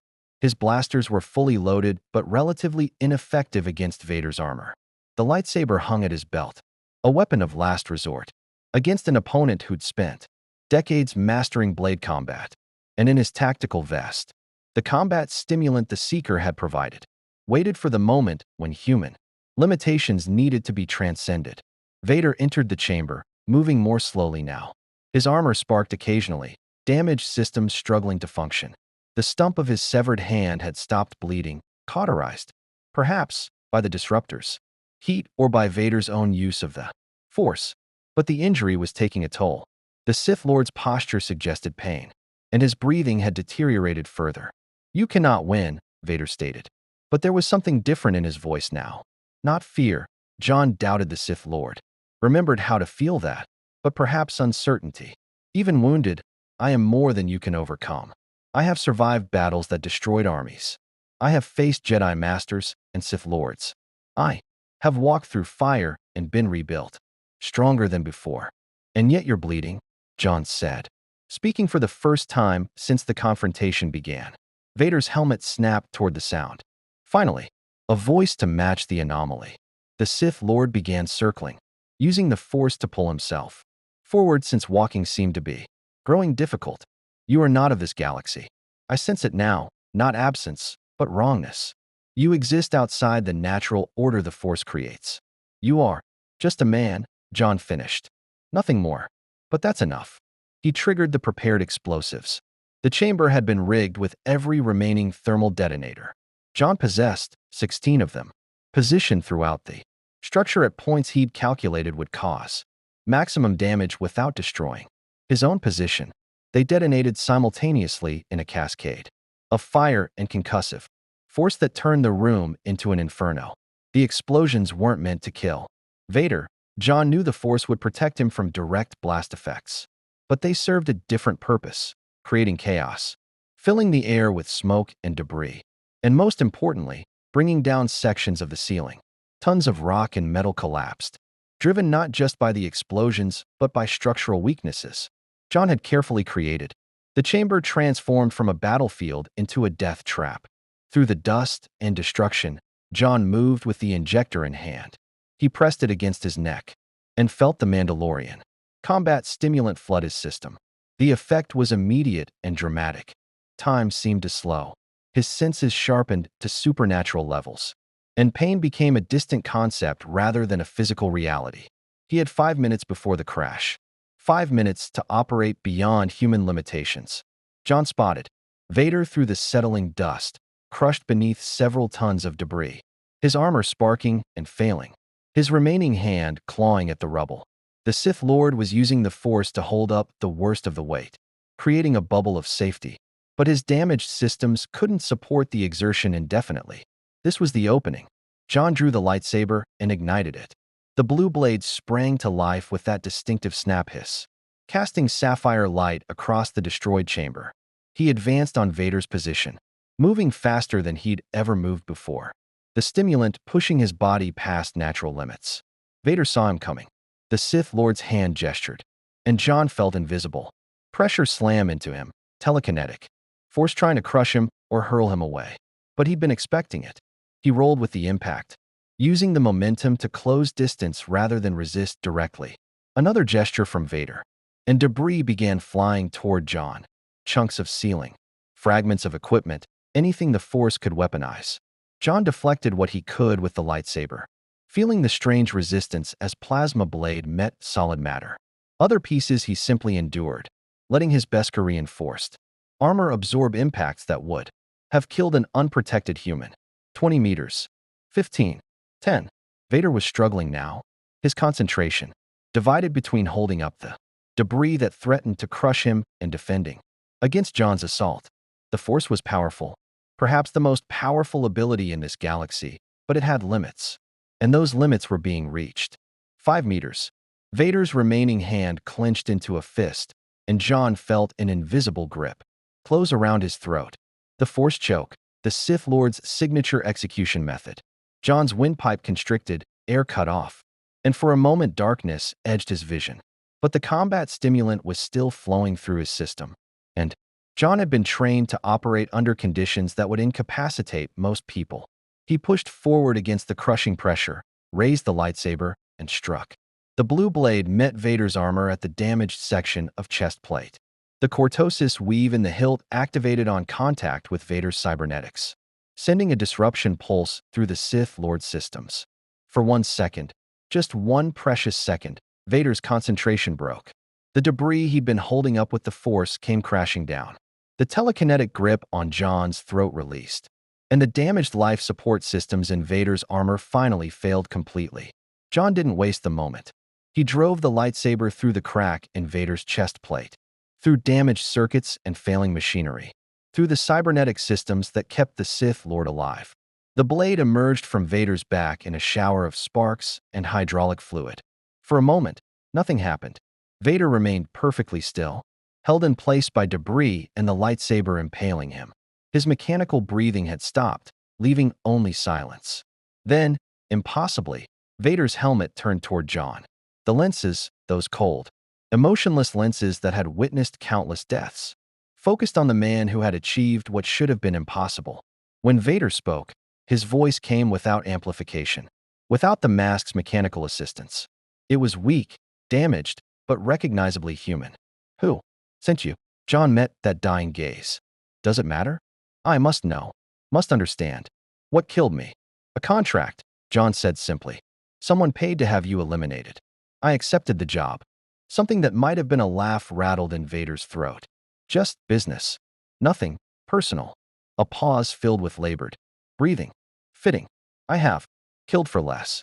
The Sith Lord's remaining hand moved slowly. Not attacking, but reaching toward something. John tensed, ready to strike again if necessary. But Vader's hand stopped, palm up, as if offering something invisible. Tell them. Vader's voice was fading now, each word requiring obvious effort. Tell them, Darth Vader is dead, but they should fear what comes after. The Emperor will not forgive this. Let him try to find me, John replied. Vader's helmet tilted slightly, and for just a moment, John thought he heard genuine emotion in that ruined voice. Not anger or hatred or fear, but something sadder. You freed me, Vader whispered. The pain is ending. Finally, after so many years, the light behind the helmet's lenses faded. The damaged breathing apparatus wheezed once more, then fell silent. Darth Vader, the Empire's enforcer, the Jedi killer, the dark side's chosen instrument, was dead. John deactivated the lightsaber and stepped back from the corpse. The combat stimulant was beginning to wear off, leaving him acutely aware of his injuries, cracked ribs from impacts, burns from near misses with debris, and the bone-deep exhaustion of pushing his body past human limits. But he was alive, and his contract was fulfilled. John retrieved what he could from Vader's body, the Kyber crystal, from the Sith Lord's lightsaber, a data chip from the damaged armor's memory core, and one of the red lenses from the helmet. Proof of death, should he need to verify completion. The mining complex groaned around him. Structural damage from the battle threatening complete collapse. John moved through the ruins toward where he'd hidden the Continental, each step requiring focus to overcome the stimulant crash that was hitting his system. Behind him, buried beneath tons of rubble and ash, Darth Vader lay still for the first time in decades. The dark side's grip on him had finally been severed, not by another Force user, not by some grand destiny, but by a professional assassin from another reality who'd simply been better prepared. John reached his ship, sealed himself inside, and initiated launch protocols. The Continental rose through Mustafar's toxic atmosphere, leaving the volcanic world behind. As the ship climbed toward orbit, John expected alarms. Expected Imperial ships to intercept, expected consequences. But the orbital patrols continued their standard patterns, unaware that everything had just changed. The fortress showed no signs of alert. Nobody knew yet that the Empire's greatest weapon had been destroyed. John had maybe an hour before someone checked on Vader and discovered the truth. An hour before the galaxy learned that legends could die. He plotted a hyperspace jump to coordinates chosen at random, somewhere far from Imperial space, somewhere he could disappear while the consequences of his actions rippled across the galaxy. As stars stretched into infinite lines and the Continental left Mustafar behind, John allowed himself a moment to process what he'd accomplished. He'd killed Darth Vader. He'd eliminated one of the most powerful beings in this galaxy using nothing but preparation, tactics, and the willingness to take every risk necessary. The contract was complete, but as Vader's final words echoed in John's mind, the Emperor will not forgive this. He understood that completion didn't mean safety. He'd killed a legend. Now he would have to survive the consequences. The news broke across the galaxy like a seismic shock, rippling through every Imperial channel, every rebel cell, every criminal network, and every independent system in a matter of hours. Darth Vader, the Emperor's enforcer, the dark side's chosen weapon, the man who had murdered the Jedi Order and crushed 1,000 rebellions, was dead. John monitored the transmissions from the safety of hyperspace, listening to the chaos unfold through encrypted channels Sither had provided. The initial reports were confused, contradictory. Some claimed Vader had been killed by rebels. Others insisted it was an internal Imperial power struggle. A few whispered about an assassin from beyond known space. But one thing remained consistent across all reports. The Emperor was furious. John had jumped to a remote system in the Tingel Arm, far from major hyperspace routes and Imperial patrols. The Continental drifted in the shadow of a gas giant's rings while he treated his injuries and monitored communications. The combat stimulant crash had hit him hard. Tremors, nausea, and a fatigue that went beyond physical exhaustion. But he'd survived worse. The Kyber crystal from Vader's lightsaber sat on the cockpit console, its red facets catching the dim light. John studied it while his medical scanner worked on the cracked ribs. The crystal pulsed faintly, as if still containing an echo of the dark side energy that had corrupted it. According to what he'd learned, Kyber crystals were naturally attuned to the light side of the Force. To create a red blade, a Sith had to literally torture the crystal, breaking its will and bending it to darkness. Even in death, Vader's weapon carried the stain of what he'd become. A priority alert flashed across John's communication array. Someone was broadcasting on the encrypted frequency the mysterious benefactor had used before, the one who'd warned him about the Inquisitors. John decrypted the message. You did it. Against all probability, against the Force itself. You killed Darth Vader. The galaxy is in chaos. The Empire is fracturing as commanders position themselves for power. The rebellion is emboldened. And the Emperor Palpatine has issued a standing order. 1 billion credits for your capture. Alive. He wants to know everything about you before you die. But that's not your immediate problem. Palpatine has dispatched his personal enforcer to hunt you. Someone even Vader feared. The Emperor's hand. Shadow operative. Master assassin. Force-sensitive and utterly loyal. She's already on your trail, following the same networks you used to acquire weapons and information. My advice, run. Leave this galaxy if you can, because what's coming for you now makes the Inquisitors look like children playing at war. You've won a great victory. Don't let it be your last act. A friend. John deleted the message and ran calculations on the navigation computer. Leaving the galaxy wasn't an option. He had no idea how to recreate the dimensional rift that had brought him here. And even if he did, the process had nearly killed him the first time, which meant he had to stay and deal with consequences. 1 billion credits. That kind of bounty would bring every hunter, assassin, and opportunist in the galaxy down on him. The criminal underworld that had helped him would turn against him for that price. Even his allies, Sither, Vizago, the Seeker, would be in danger just for having associated with him. And then there was this Emperor's Hand, another Force user, trained specifically for assassination.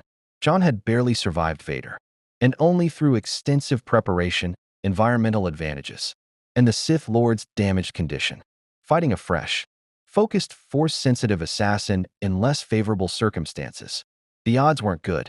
John's communicator chimed with an incoming transmission, audio only, heavily encrypted. He traced the signal. It was coming from Coruscant's underworld, from Sither's network. John Wick, Sither's voice carried urgency. I don't have much time before Imperial scanners trace this call. You need to know, they're coming for everyone who helped you. ISB already raided 3 information brokers this morning. Vizago disappeared before they reached Lot Howe. But they've issued warrants across the Outer Rim. And there are rumors. Rumors that something worse than Inquisitors is hunting. I know, John replied. The Emperor's Hand. So the stories are true. I'd hoped they were just myths. Sither's breathing was rapid, afraid. Listen, there's one person who might be able to help you. An old rebel contact who operates in the Enote sector. Goes by the name Saw Gerrera, extremist, dangerous. But he has resources and he hates the Empire more than anyone alive. If you can reach him, if you can convince him you're genuine. A pause. It's your best chance. Why are you helping me? The bounty is worthless if you're dead before anyone collects, Sither interrupted. And besides, you killed Vader. You proved the Empire isn't invincible. That's worth more than credits. The sound of distant alarms bled through the transmission. I have to go. May the Force be with you, human. You're going to need it. The connection terminated. John sat in the silence of his ship, processing options. He could run, jump from system to system, always staying ahead of pursuit. But eventually, resources would run out. Eventually, he'd make a mistake or Imperial forces would box him in. Running was survival, not victory. Or he could find this Saw Gerrera, align with the rebellion, use their networks to disappear while the Empire tore itself apart searching. It was risky. The rebels would want something in return, would see him as a weapon to be deployed rather than an individual to be protected. But it was also an opportunity. John plotted a course toward the Enote sector, then hesitated. His tactical instincts were screaming warning. If Sither could find him, if the mysterious benefactor could track him, then this Emperor's hand definitely could. He was leaving a trail through the underworld contacts, through the ships he'd used, through the signatures of his weapons and equipment. He needed to become invisible, truly invisible. John spent the next 6 hours systematically erasing his presence. He scrubbed the Continental's computer systems, removing logs and navigation data. He modified the ship's transponder again, creating a new false identity. He disposed of anything that could be traced, the remaining Continental coins, the damaged armor pieces, even personal items from his previous life. Everything that connected him to Earth, everything that marked him as John Wick, went into the ship's waste disposal and was ejected into space. Let it drift in the void, evidence that would never be found. When he finished, John stood in the cargo hold and took inventory of what remained: modified weapons, Beskar-reinforced armor, a red Kyber crystal, and the skills he'd spent a lifetime perfecting. It would have to be enough. The Continental dropped out of hyperspace in the Enote sector 3 days later. John had taken the long route, jumping through a dozen systems, and using smuggler routes that didn't appear on standard navigation charts. If anyone was still following, they'd earned the right to find him. The sector was a mess, industrial worlds strip-mined by the Empire, asteroid fields thick with debris, and a civilian population ground down by occupation and exploitation. Exactly the kind of place where rebel extremists could operate. John followed coordinates Sither had provided to a moon called Pugil, where an abandoned Tabana gas facility supposedly served as one of Guerrera's supply caches. As he approached, his sensors detected a dozen ships in concealment. Around the facility, modified freighters, patrol craft, even a few outdated Y-wing fighters. A perimeter, which meant either a trap or genuine rebel security. John broadcast on the frequency Sither had given him. "This is the man who killed Darth Vader. I'm here to speak with Saw Gerrera." The response came immediately: multiple weapon locks from the hidden ships, targeting solutions acquired on the Continental from every angle. A gruff voice crackled over the comm. "Bold claim, stranger. Lots of people are claiming to be Vader's killer right now, hoping for fame or rebel sympathy. What makes you different?" John activated his external cameras and held up Vader's Kyber crystal, turning it slowly so the recording would capture every angle. The red crystal pulsed with residual dark energy, unmistakable to anyone who knew what they were looking at. This was taken from his lightsaber. After I put a blade through his chest on Mustafar, I have the data. Chip from his armor's memory core and video footage from my suit. Cameras showing the entire engagement. I also have approximately 200 Imperial ships looking for me. A 1 billion credit bounty on my head. And whatever the Emperor's hand is less than a day behind me. Silence stretched for several seconds. Then, lower your shields and follow the escort ships. Any aggressive moves, and we'll vaporize you. Gerrera wants to meet the man crazy enough to hunt Vader. 2 Y-wings emerged from concealment, flanking the Continental as John followed them toward the Tabana facility. As they approached, he could see the base was more extensive than initial scans had suggested: dozens of ships, docked in concealed bays, weapon emplacements hidden in the facility's superstructure, and enough personnel movement to suggest a force of at least 500 rebels. This wasn't just a supply cache. This was a military installation. The Y-wings guided John to a landing bay where armed rebels waited. Not the idealistic freedom fighters from propaganda holos, but hardened soldiers with the look of people who'd seen too much combat and survived through ruthlessness rather than luck. They kept their weapons trained on the Continental as John emerged, hands visible and empty. "Strip your weapons," the squad leader commanded. "You'll get them back after the meeting, if you survive it." John complied, removing blasters, thermal detonators, and the lightsaber. He kept the Kyber crystal. They'd have to take it by force, and he doubted they'd risk that for a piece of evidence. They escorted him through the facility's corridors, past makeshift barracks and armories stocked with weapons ranging from standard rebel equipment to Imperial hardware that had obviously been captured or stolen. Propaganda posters covered the walls, images of destroyed Star Destroyers, liberated worlds, and stylized representations of freedom striking down tyranny. Saw Gerrera waited in what had once been the facility's command center. The man was a legend even in John's brief time in this galaxy, a freedom fighter who'd been waging war against the Empire since its formation, who'd lost limbs and lung capacity to the cause, and who'd been called both hero and terrorist depending on who was telling the story. He sat in a reinforced chair, breathing apparatus attached to his damaged lungs, cybernetic legs gleaming dully in the harsh lighting. His eyes were sharp, calculating, and utterly merciless. "So," Gerrera said, his voice distorted by the breathing equipment, "you're the anomaly, the one who killed Vader." He gestured at the crystal John held. "Show me." John placed the Kyber crystal on the command table, then activated a holographic projector built into his wrist gauntlet. The footage began playing, the entire confrontation on Mustafar, from the first trap through Vader's final words. Gerrera watched in silence, his expression unreadable. When the recording ended, Gerrera leaned back in his chair. "I fought the Empire for decades, seen Vader murder people I cared about, watched him destroy rebel cells and crush hope across 100 worlds. And you?" He shook his head slowly. "You killed him. With conventional weapons, tactical preparation, and absolute focus. No force powers. No superweapon. Just skill and will." "It's what I do," John replied simply. "Who are you?" "Really?" "The recordings show equipment and fighting techniques I've never seen. You move like someone trained by the best special forces in the galaxy. But your style is completely unfamiliar.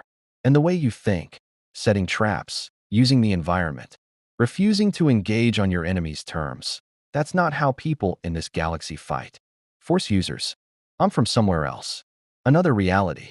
I was brought here for a contract, and I completed it." Gerrera studied him for a long moment. "I believe you. Not because your story makes sense. Doesn't, but because nothing else explains what I just watched." He activated his own holographic display, showing Imperial communications. "The Empire is in chaos. Without Vader, they've lost their primary enforcer. Admirals and Moffs are positioning for power. The Emperor himself has made only one public statement, that the assassin will be found and destroyed no matter the cost. That's why I need to disappear," John said. "And why I came to you. You want protection, resources, a place to hide while the Empire tears itself apart. Looking for you." Gerrera's expression hardened. "What makes you think I'll help? I don't know you. Don't know your agenda or your loyalties. For all I know, you're an Imperial operative playing an elaborate game. If I was Imperial, I'd have killed you the moment I entered this room," John replied calmly. "And I wouldn't have just eliminated the Empire's most valuable asset." "True, but that doesn't mean I trust you." Gerrera leaned forward. "However, you've done something I've dreamed about for years. You've proven the Empire can bleed. And right now, the rebellion needs symbols more than soldiers. The man who killed Vader, even if he's not one of us, represents hope. I'm not interested in being a symbol. Too late. You already are." Gerrera pulled up more intelligence reports. "The Emperor's hand is real, by the way. Mara Jade, force-sensitive, deadly, absolutely loyal to Palpatine. She's been tracking your movements through the Underworld network. My sources say she's in the Anote sector now, following the same trail you left. She'll be here within hours." John felt that familiar pre-mission calm settling over him. Another Force user. Another impossibly skilled opponent. But at least this time, he'd have warning. "Then we don't have much time," John said. "I need to prepare." Gerrera smiled, a grim expression that held no humor. "You're going to fight her. Not run. Not hide. You're actually going to engage the Emperor's personal assassin. It's what I came here to do. Kill the most dangerous targets in the galaxy, one contract at a time. You're either the bravest person I've ever met or completely insane." Gerrera gestured to his soldiers. "Give him back his weapons. Set up defenses around the facility. And get me every piece of intelligence we have on Mara Jade's combat capabilities."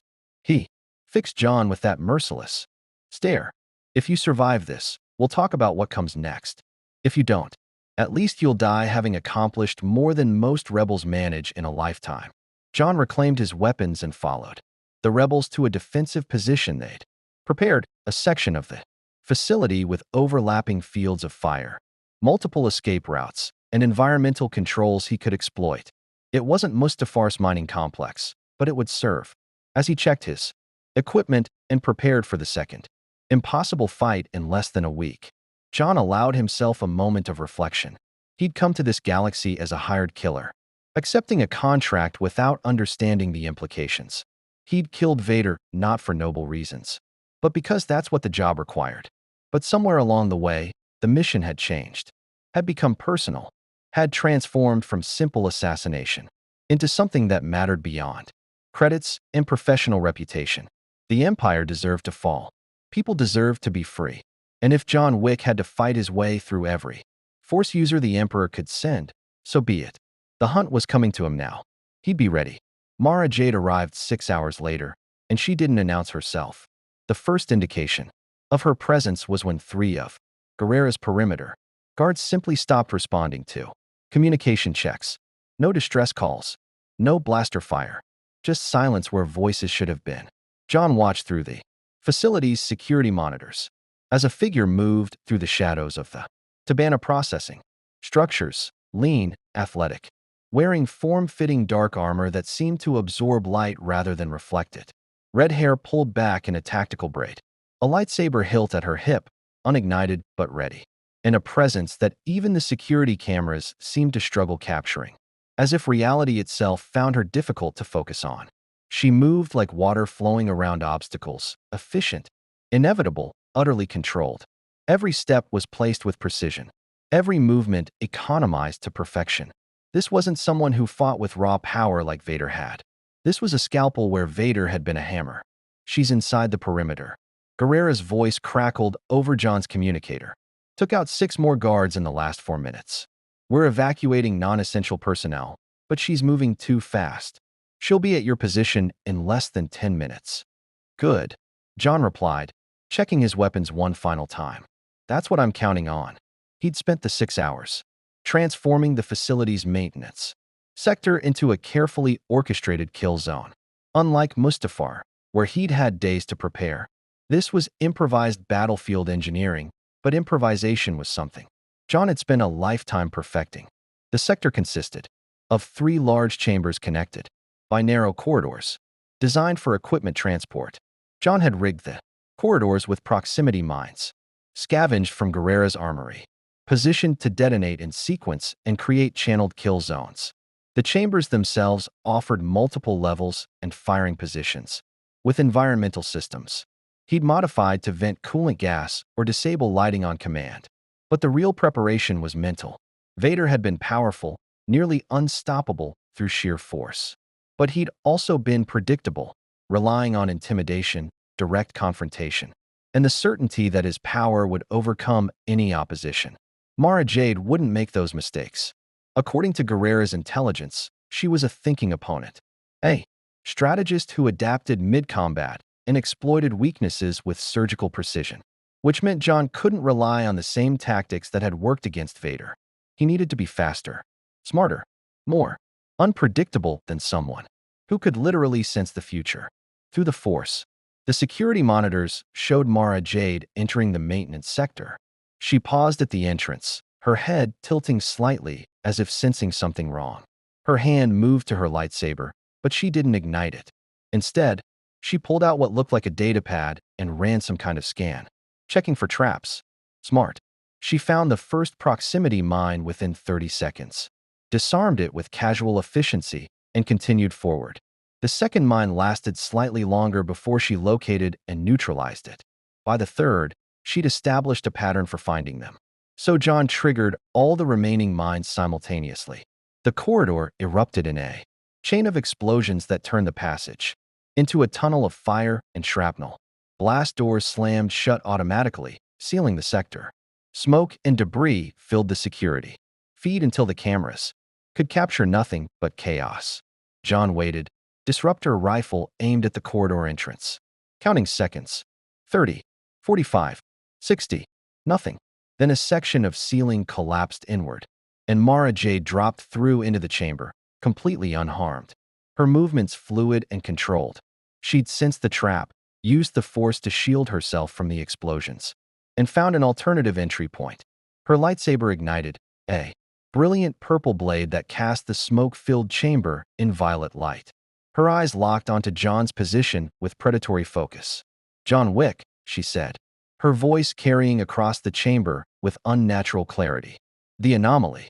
The Emperor's billion credit prize." She began walking toward him, lightsaber held in a defensive guard position. "I've studied what you did to Lord Vader. Impressive tactics. Exploiting environmental advantages. Using his damaged armor against him. Fighting smart rather than strong." John fired the disruptor rifle.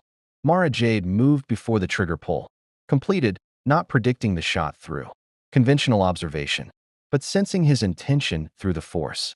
The disruptor beam missed by inches, vaporizing a support column behind her. She gestured with her free hand, and John felt invisible pressure slam into his position. He'd been expecting it, had already committed to movement.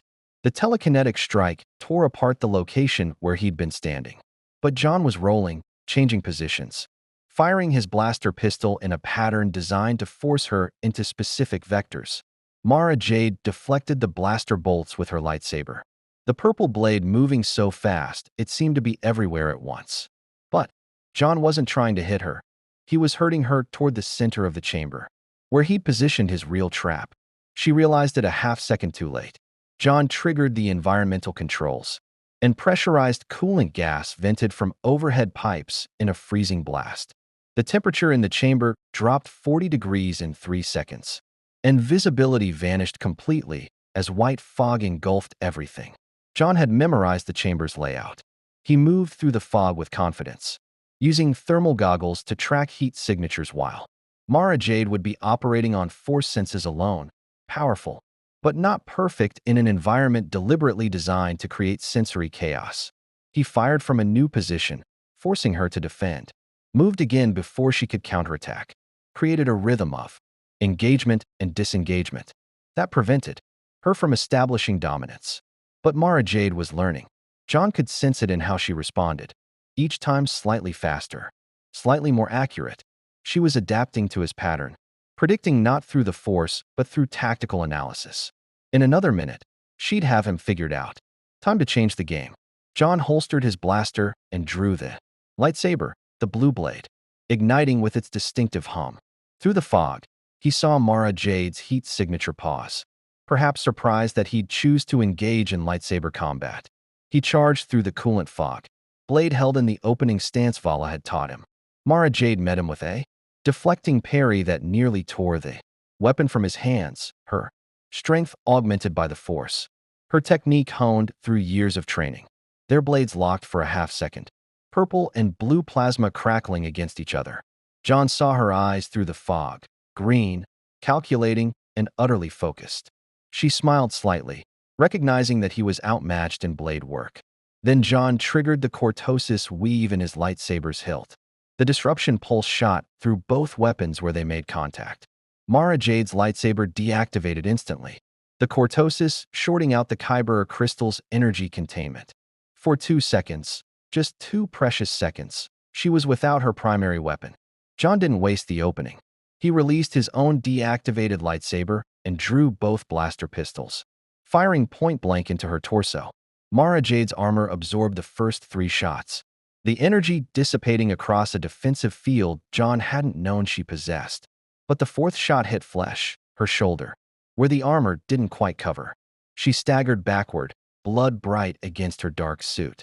John pressed the advantage, firing again, forcing her back toward the chamber's edge where a 20-meter drop waited. One more shot, one more step, and she'd fall. Mara Jade's hand snapped up, and John felt himself lifted off his feet by telekinetic force. She hurled him across the chamber with enough power to shatter bones. John hit a support pillar hard enough to crack his Beskar-reinforced chest plate, the impact driving air from his lungs. He dropped to the ground, ribs screaming protest, and looked up to see Mara Jade's lightsaber reigniting. The cortosis disruption had lasted its full duration. She pressed her free hand against her wounded shoulder, blood seeping between her fingers, her expression no longer confident. Now she looked angry. "You're better than I expected," Mara Jade said, advancing slowly. "Vader underestimated you. I won't make the same mistake." She gestured, and debris began rising from the chamber floor. "The Emperor wants you alive, but he didn't specify how intact you needed to be." John rolled aside as debris rained down on his position, each impact cratering the floor. He came up firing, but Mara Jade deflected every shot while simultaneously maintaining her telekinetic assault. She was fighting on multiple levels simultaneously, something John couldn't match without the force. He needed an equalizer. John retreated through a maintenance door, sealing it behind him. Mara Jade's lightsaber carved through the durasteel within seconds.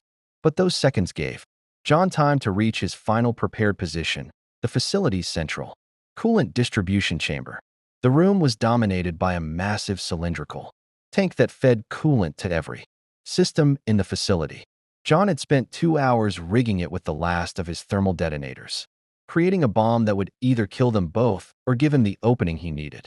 Mara Jade entered cautiously, sensing the trap but unable to identify its exact nature.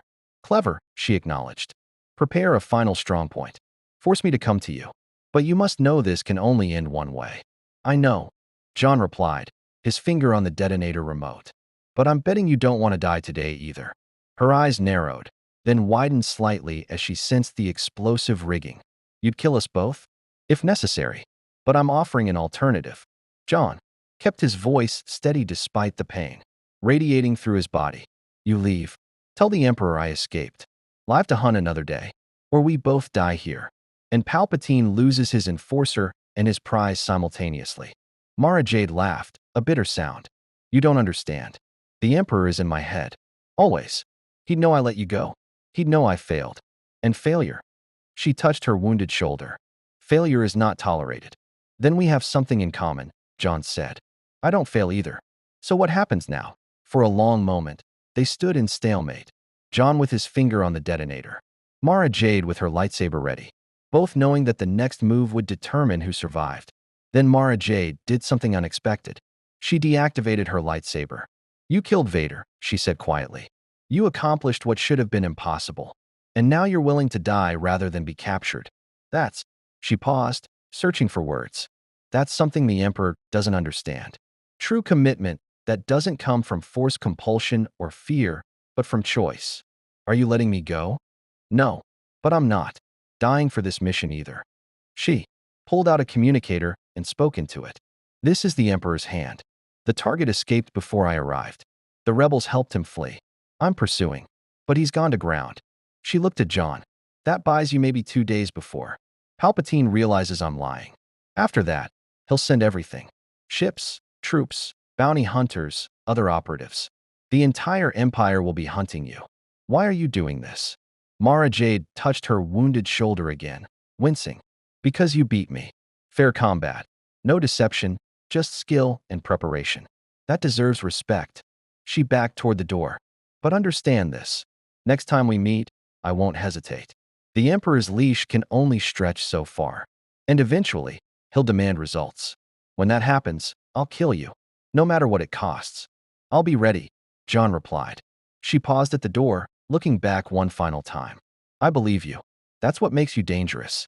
Then she was gone, moving through the facility with the same efficient grace she'd entered with. John waited 5 full minutes before lowering the detonator. His body was screaming for rest, for medical attention, for time to recover. But Mara Jade was right. 2 days wasn't enough to truly disappear. He needed to move, to find shelter beyond the Empire's reach. Guerrera found him 20 minutes later, standing amid the wreckage of the battle. The rebel leader surveyed the damage, then looked at John with something approaching awe. She left, Guerrera said. The Emperor's hand came here to kill or capture you. And she just left. What did you do? Convinced her that some fights aren't worth winning, John replied. He gathered his weapons, noting which needed repair or replacement. But it won't last. I need to disappear completely, somewhere the Empire can't reach. Guerrera nodded slowly. I might have something. There's a rebellion safe house in the unknown regions, territory so dangerous even Imperial scouts avoid it. Pirates, ancient automated defenses, and spatial anomalies that make navigation a nightmare. But if you can reach it, he pulled out a data chip. Coordinates, supply caches, contact protocols. It's not much, but it's the best hiding place in the galaxy. John took the chip. Why help me this much? Because you killed Vader. Because you proved the Empire can be beaten. Because Guerrera's expression hardened. Because eventually, the rebellion is going to need someone like you. Someone who can do the impossible. And when that time comes, I want you to remember who helped you survive. I don't work for free, John warned. I wouldn't expect you to. When we call on you, and we'll pay your price. Guerrera extended his hand. Until then, stay alive. The galaxy needs people who can make tyrants bleed. John shook the offered hand, then limped back to the Continental. His ribs were definitely cracked. His armor was compromised, and he'd burned through most of his specialized ammunition. But he was alive. He'd killed Darth Vader and survived an encounter with the Emperor's personal assassin. As the Continental lifted off from Pugil and jumped to hyperspace, heading toward coordinates in the unknown regions, John allowed himself to acknowledge the truth. He'd come to this galaxy as an assassin. He'd be leaving as something more. A legend who'd proven that even in a universe governed by the Force, mortal will and determination could achieve the impossible. The bounty would never disappear. The Empire would hunt him forever, and eventually, someone would collect that billion credits. But not today. Today, John Wick disappeared into the void between stars, carrying proof that legends could be killed and empires could bleed. And somewhere in the darkness of space, the Emperor felt the first stirrings of something he hadn't experienced in decades: uncertainty. The unknown regions lived up to their name. John had navigated through war zones, criminal territories, and the most hostile environments Earth could produce. But this region of space redefined dangerous. The Continental jumped through hyperspace lanes that flickered on, navigation charts like half-remembered, nightmares, routes that worked one day and led to oblivion the next. Spatial anomalies made sensor readings unreliable, ancient automated defenses from forgotten, civilizations still guarded, dead worlds with lethal efficiency. It was perfect. The safe house Guerrera had provided. Coordinates for was built into an asteroid field that orbited a dying red giant. The asteroids themselves were laced with metals that disrupted long-range scanning, making the entire field effectively invisible to anyone who didn't know exactly where to look. The base had been established years ago by rebel scouts who'd never reported its location to higher command, keeping it as a final fallback position if the Empire ever destroyed the main rebellion. John settled into the facility over the following weeks, using the time to heal and rebuild. The cracked ribs mended, the burns and lacerations scarred and faded, the mental exhaustion from fighting two Force users in rapid succession gradually lifted as his body recovered from the sustained combat stress. The base had basic supplies, food synthesizers, medical equipment, communication arrays, and a small armory of rebel weapons. John supplemented these with materials scavenged from the asteroid field, derelict ships, abandoned mining equipment, and components from the automated defenses he'd dismantled after confirming they wouldn't accidentally kill him. He spent his days training, maintaining his edge despite the isolation. The Beskar armor was repaired and reinforced. The disruptor rifle was rebuilt from components, its power system optimized. The lightsaber, Vala's lightsaber, was maintained with the respect it deserved, though John hoped he'd never need to use it in combat again. And he monitored galactic communications, watching the chaos unfold from a safe distance. The Empire was fracturing exactly as Guerrera had predicted, without Vader to enforce the Emperor's will through fear and overwhelming power. Regional governors and military commanders began pursuing their own agendas. Moffs declared themselves autonomous rulers. Admirals engaged in territorial disputes. Worlds that had been crushed under imperial occupation sensed weakness and began rebelling. The rebellion, emboldened by Vader's death, launched attacks across a dozen sectors simultaneously. They still couldn't win a direct confrontation with the Empire's military might, but they no longer fought with the desperation of the condemned. They fought with hope, and hope was contagious. The Emperor responded with increasingly erratic purges and reorganizations, trying to reassert control through terror and demonstration of power. But without Vader to personally execute his will, Palpatine's reach had limitations for the first time in decades. And the bounty on John's head remained active, 1 billion credits. Alive only for the man who killed Darth Vader.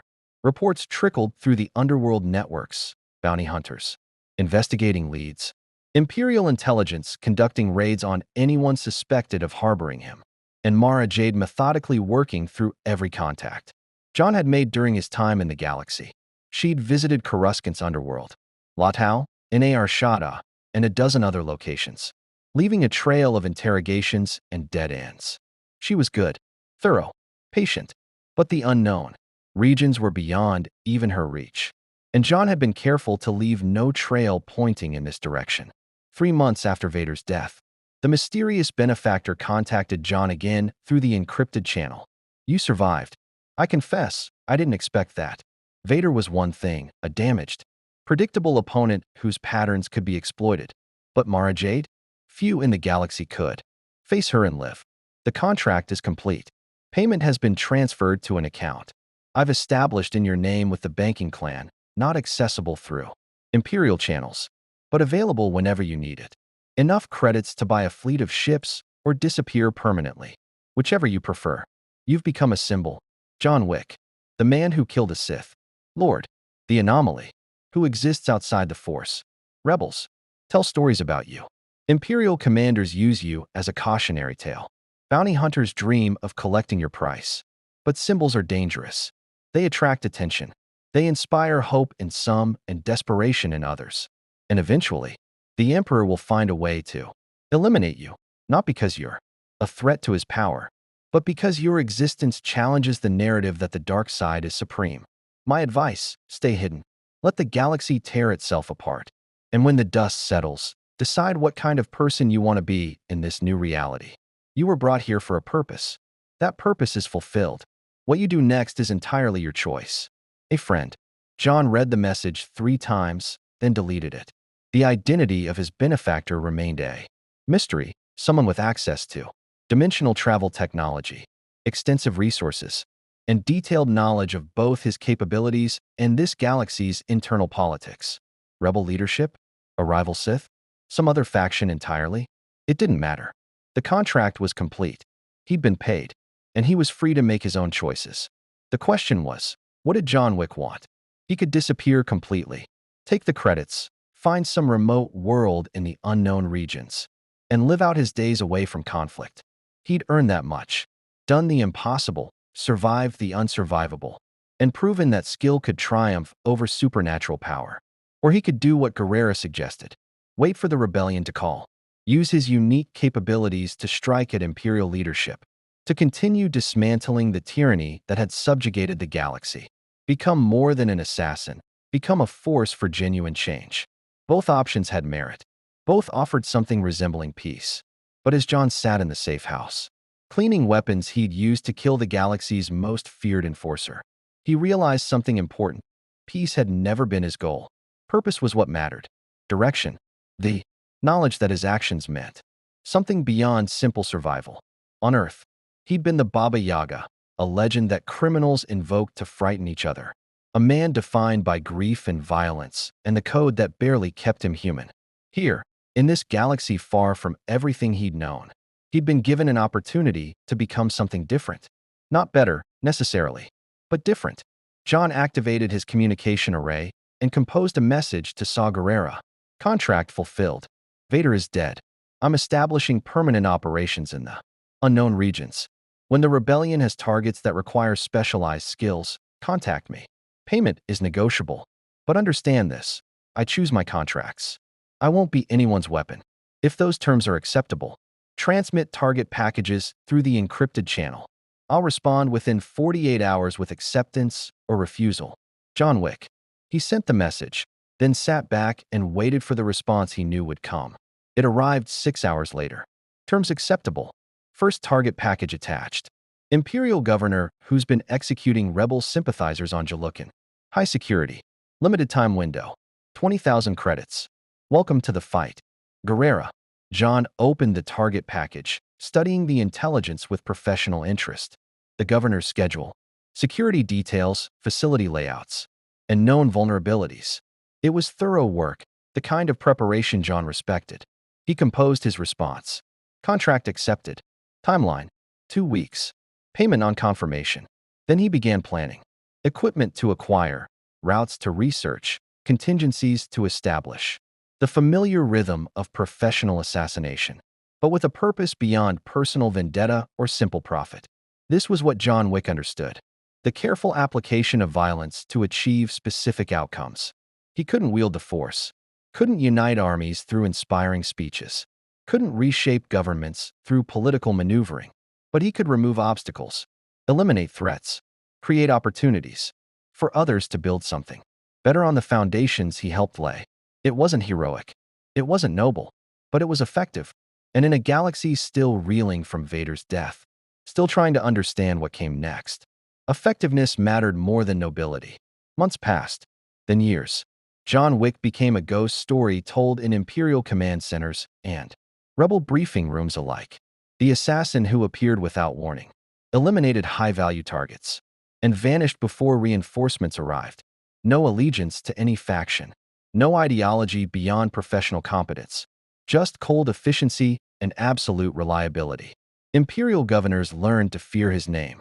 Corrupt officials discovered that their security meant nothing when John Wick received a contract. War criminals found that no fortress was impregnable, no defense perfect, no amount of force sensitivity guaranteed survival. He worked exclusively for the rebellion, but on his terms. He chose contracts that aligned with his sense of justice, targets who deserved death for their crimes, who represented genuine threats to innocent lives. He refused assassination requests motivated by political convenience or internal rebel power struggles, and he remained in the unknown regions between contracts, maintaining his isolation, training constantly, preparing for the day when someone would finally figure out where he'd hidden. That day came 3 years after Vader's death. John was running combat drills in the safe houses, training area when the proximity alarms triggered. A ship had entered the asteroid field, small, maneuverable, and moving with the confidence of someone who knew exactly where they were going. John activated the base's defensive systems and moved to the observation deck. Through the viewports, he watched a sleek courier ship navigate through the asteroids with expert precision, heading directly for the hidden landing bay. The ship landed, and a single figure emerged. Mara Jade. She walked across the landing bay floor like she owned it, her posture relaxed but alert, purple lightsaber hanging at her hip. She stopped 10 meters from the entrance to the main base and spoke, her voice carrying through the external comm system. John Wick, I know you're watching. I know you've got weapons trained on me, and I know you're wondering how I found you. She held up a small device. Tracker, embedded in your ship during our first encounter. Took me 3 years to activate it and trace the signal here. But I'm patient. She smiled slightly. Can we talk? Without trying to kill each other this time. John considered the options. She'd found him. She could have brought Imperial forces, but came alone. That suggested either a trap of supreme confidence or genuine desire for conversation. He activated the comm. Come inside. But understand, if this is an ambush, neither of us walks away. Understood. John met her in the base's central meeting room, his hand resting on a blaster pistol. Mara Jade entered slowly, hands visible and empty, her lightsaber still holstered. 3 years, she said, studying the facility. You've been operating out of the unknown regions this whole time, accepting contracts from the rebellion, killing Imperial targets with the same efficiency you killed Vader. She met his eyes. You've become more than an assassin. You've become a symbol of everything the Emperor despises. Why are you here? John asked directly. Mara Jade was silent for a moment, and John noticed something he hadn't seen in their previous encounter. Uncertainty. The Emperor's hand, the perfectly loyal operative, looked conflicted. Because the Emperor is dying, she said finally. Not immediately, not soon, but his body is failing, consumed by the dark side's corruption. Vader was his chosen successor, his enforcer, his weapon. With Vader gone, she shook her head. There's only me, and a dozen other Force users, all positioning to claim power when Palpatine finally dies. That's not my problem. It will be. When Palpatine dies, the Empire will truly fracture. Civil war. A dozen would-be emperors fighting for dominance. Billions will die in the crossfire. Mara Jade stepped closer. But there's an alternative. The rebellion is growing stronger, inspired partly by your actions. If they can capitalize on the chaos, if they can strike at the right moment, they might actually win. Might actually restore something resembling the Republic. You want me to help the rebellion overthrow the Empire, John said slowly. You, the Emperor's hand, are asking me to accelerate your master's downfall. I want. Mara Jade paused, searching for words. I want to not be complicit in atrocities anymore. I want to serve something beyond fear and cruelty. And I think Vader might have understood that at the end. You said he told you the pain was ending, that he was freed. She met John's eyes. I want to know what that feels like. John studied her for a long moment, weighing sincerity against deception, reading body language and micro-expressions, the way he'd learned to assess targets throughout his career. She was telling the truth, or at least, she believed she was. If you're serious, John said carefully, then you need to understand what it means. The rebellion won't trust you. They'll see you as a liability, a plant, or a weapon waiting to turn on them. You'll have to prove your loyalty through actions, not words. And even then, you'll always be the Emperor's hand in their eyes. I know, Mara Jade replied. But I'm willing to try. Because the alternative is continuing to serve an empire built on suffering.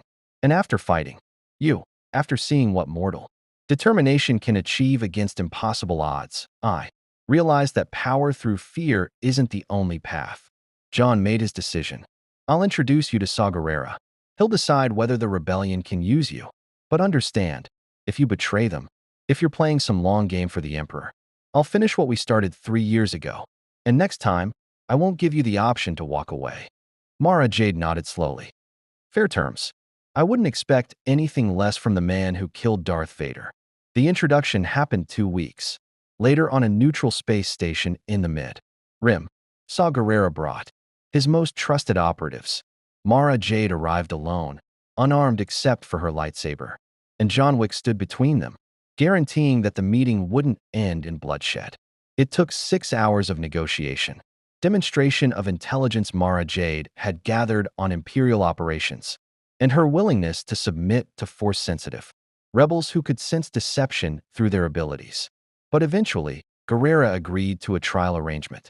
Mara Jade would work with the rebellion under constant supervision, providing intelligence and conducting operations against Imperial targets. In exchange, she'd receive protection from the Emperor's inevitable retaliation when her defection was discovered. As the meeting concluded and both parties prepared to leave, Gerrera pulled John aside. You've done something I thought impossible, the rebel leader said quietly. You've turned the Emperor's personal assassin against him. You've proven that even those most deeply connected to the dark side can choose a different path. He clasped John's shoulder. When the history of the rebellion is written, your name will be there. Not as a hero, I know you don't care about that, but as the catalyst, the one who proved the Empire could bleed. I just took contracts, John replied. Everything else is consequences. Maybe, but consequences matter. Gerrera smiled grimly. The Emperor's dying, the Empire's fracturing, and the rebellion is growing stronger by the day. We're going to win this war, John Wick. And when we do, you'll have played a bigger role than you realize. John left the meeting and returned to his safe house in the unknown regions. The galaxy would continue its wars, its conflicts, its struggles for power and freedom. Empires would fall and new governments would rise. Heroes and villains would write their names in history. But John Wick would remain what he'd always been, a professional, an assassin who took contracts, fulfilled them with absolute precision, and disappeared into the shadows until the next job called. He'd come to this galaxy as a weapon. He'd killed a Sith Lord and survived the hunt that followed. He'd helped turn the Emperor's enforcer against him and set in motion changes that would reshape galactic civilization. And now, sitting in his hidden base among the asteroids, cleaning weapons and monitoring communications for the next contract, John Wick allowed himself a moment of satisfaction. He'd done the impossible, survived the unsurvivable, proven that mortal could triumph over supernatural power. The galaxy would remember the name John Wick, not because he sought fame, but because his actions had spoken louder than any legend. The Baba Yaga had come to the stars, and the stars would never be the same. In the years that followed, the Empire collapsed, under the weight of its own corruption and the rebellion's increasingly bold strikes. The Emperor died, some said of old age, others whispered of assassination, and the resulting power vacuum tore the galaxy apart. Regional warlords claimed territories. Rival Force users battled for supremacy. And through it all, the rebellion fought to establish something better than what had come before. John Wick continued his work from the unknown regions, accepting contracts that aligned with his code, eliminating threats that no conventional force could handle. He became legend and myth in equal measure. The assassin who killed Darth Vader, the man who existed outside the Force, the professional who never failed to complete a contract. Mara Jade served the rebellion faithfully, though she never fully escaped the shadow of her past. She became one of their most effective operatives, using her Force abilities and Imperial training to strike at enemies who thought themselves safe. And when rebels questioned her loyalty, she'd simply point to John Wick's endorsement and ask if anyone doubted the judgment of the man who'd killed the Empire's greatest enforcer. The safe house in the unknown regions remained hidden, a fortress of solitude, where John could train and prepare, and exist between contracts. He never returned to Earth, whether by choice or impossibility, it didn't matter. This galaxy had become his home, and his purpose here was clear. Years became decades.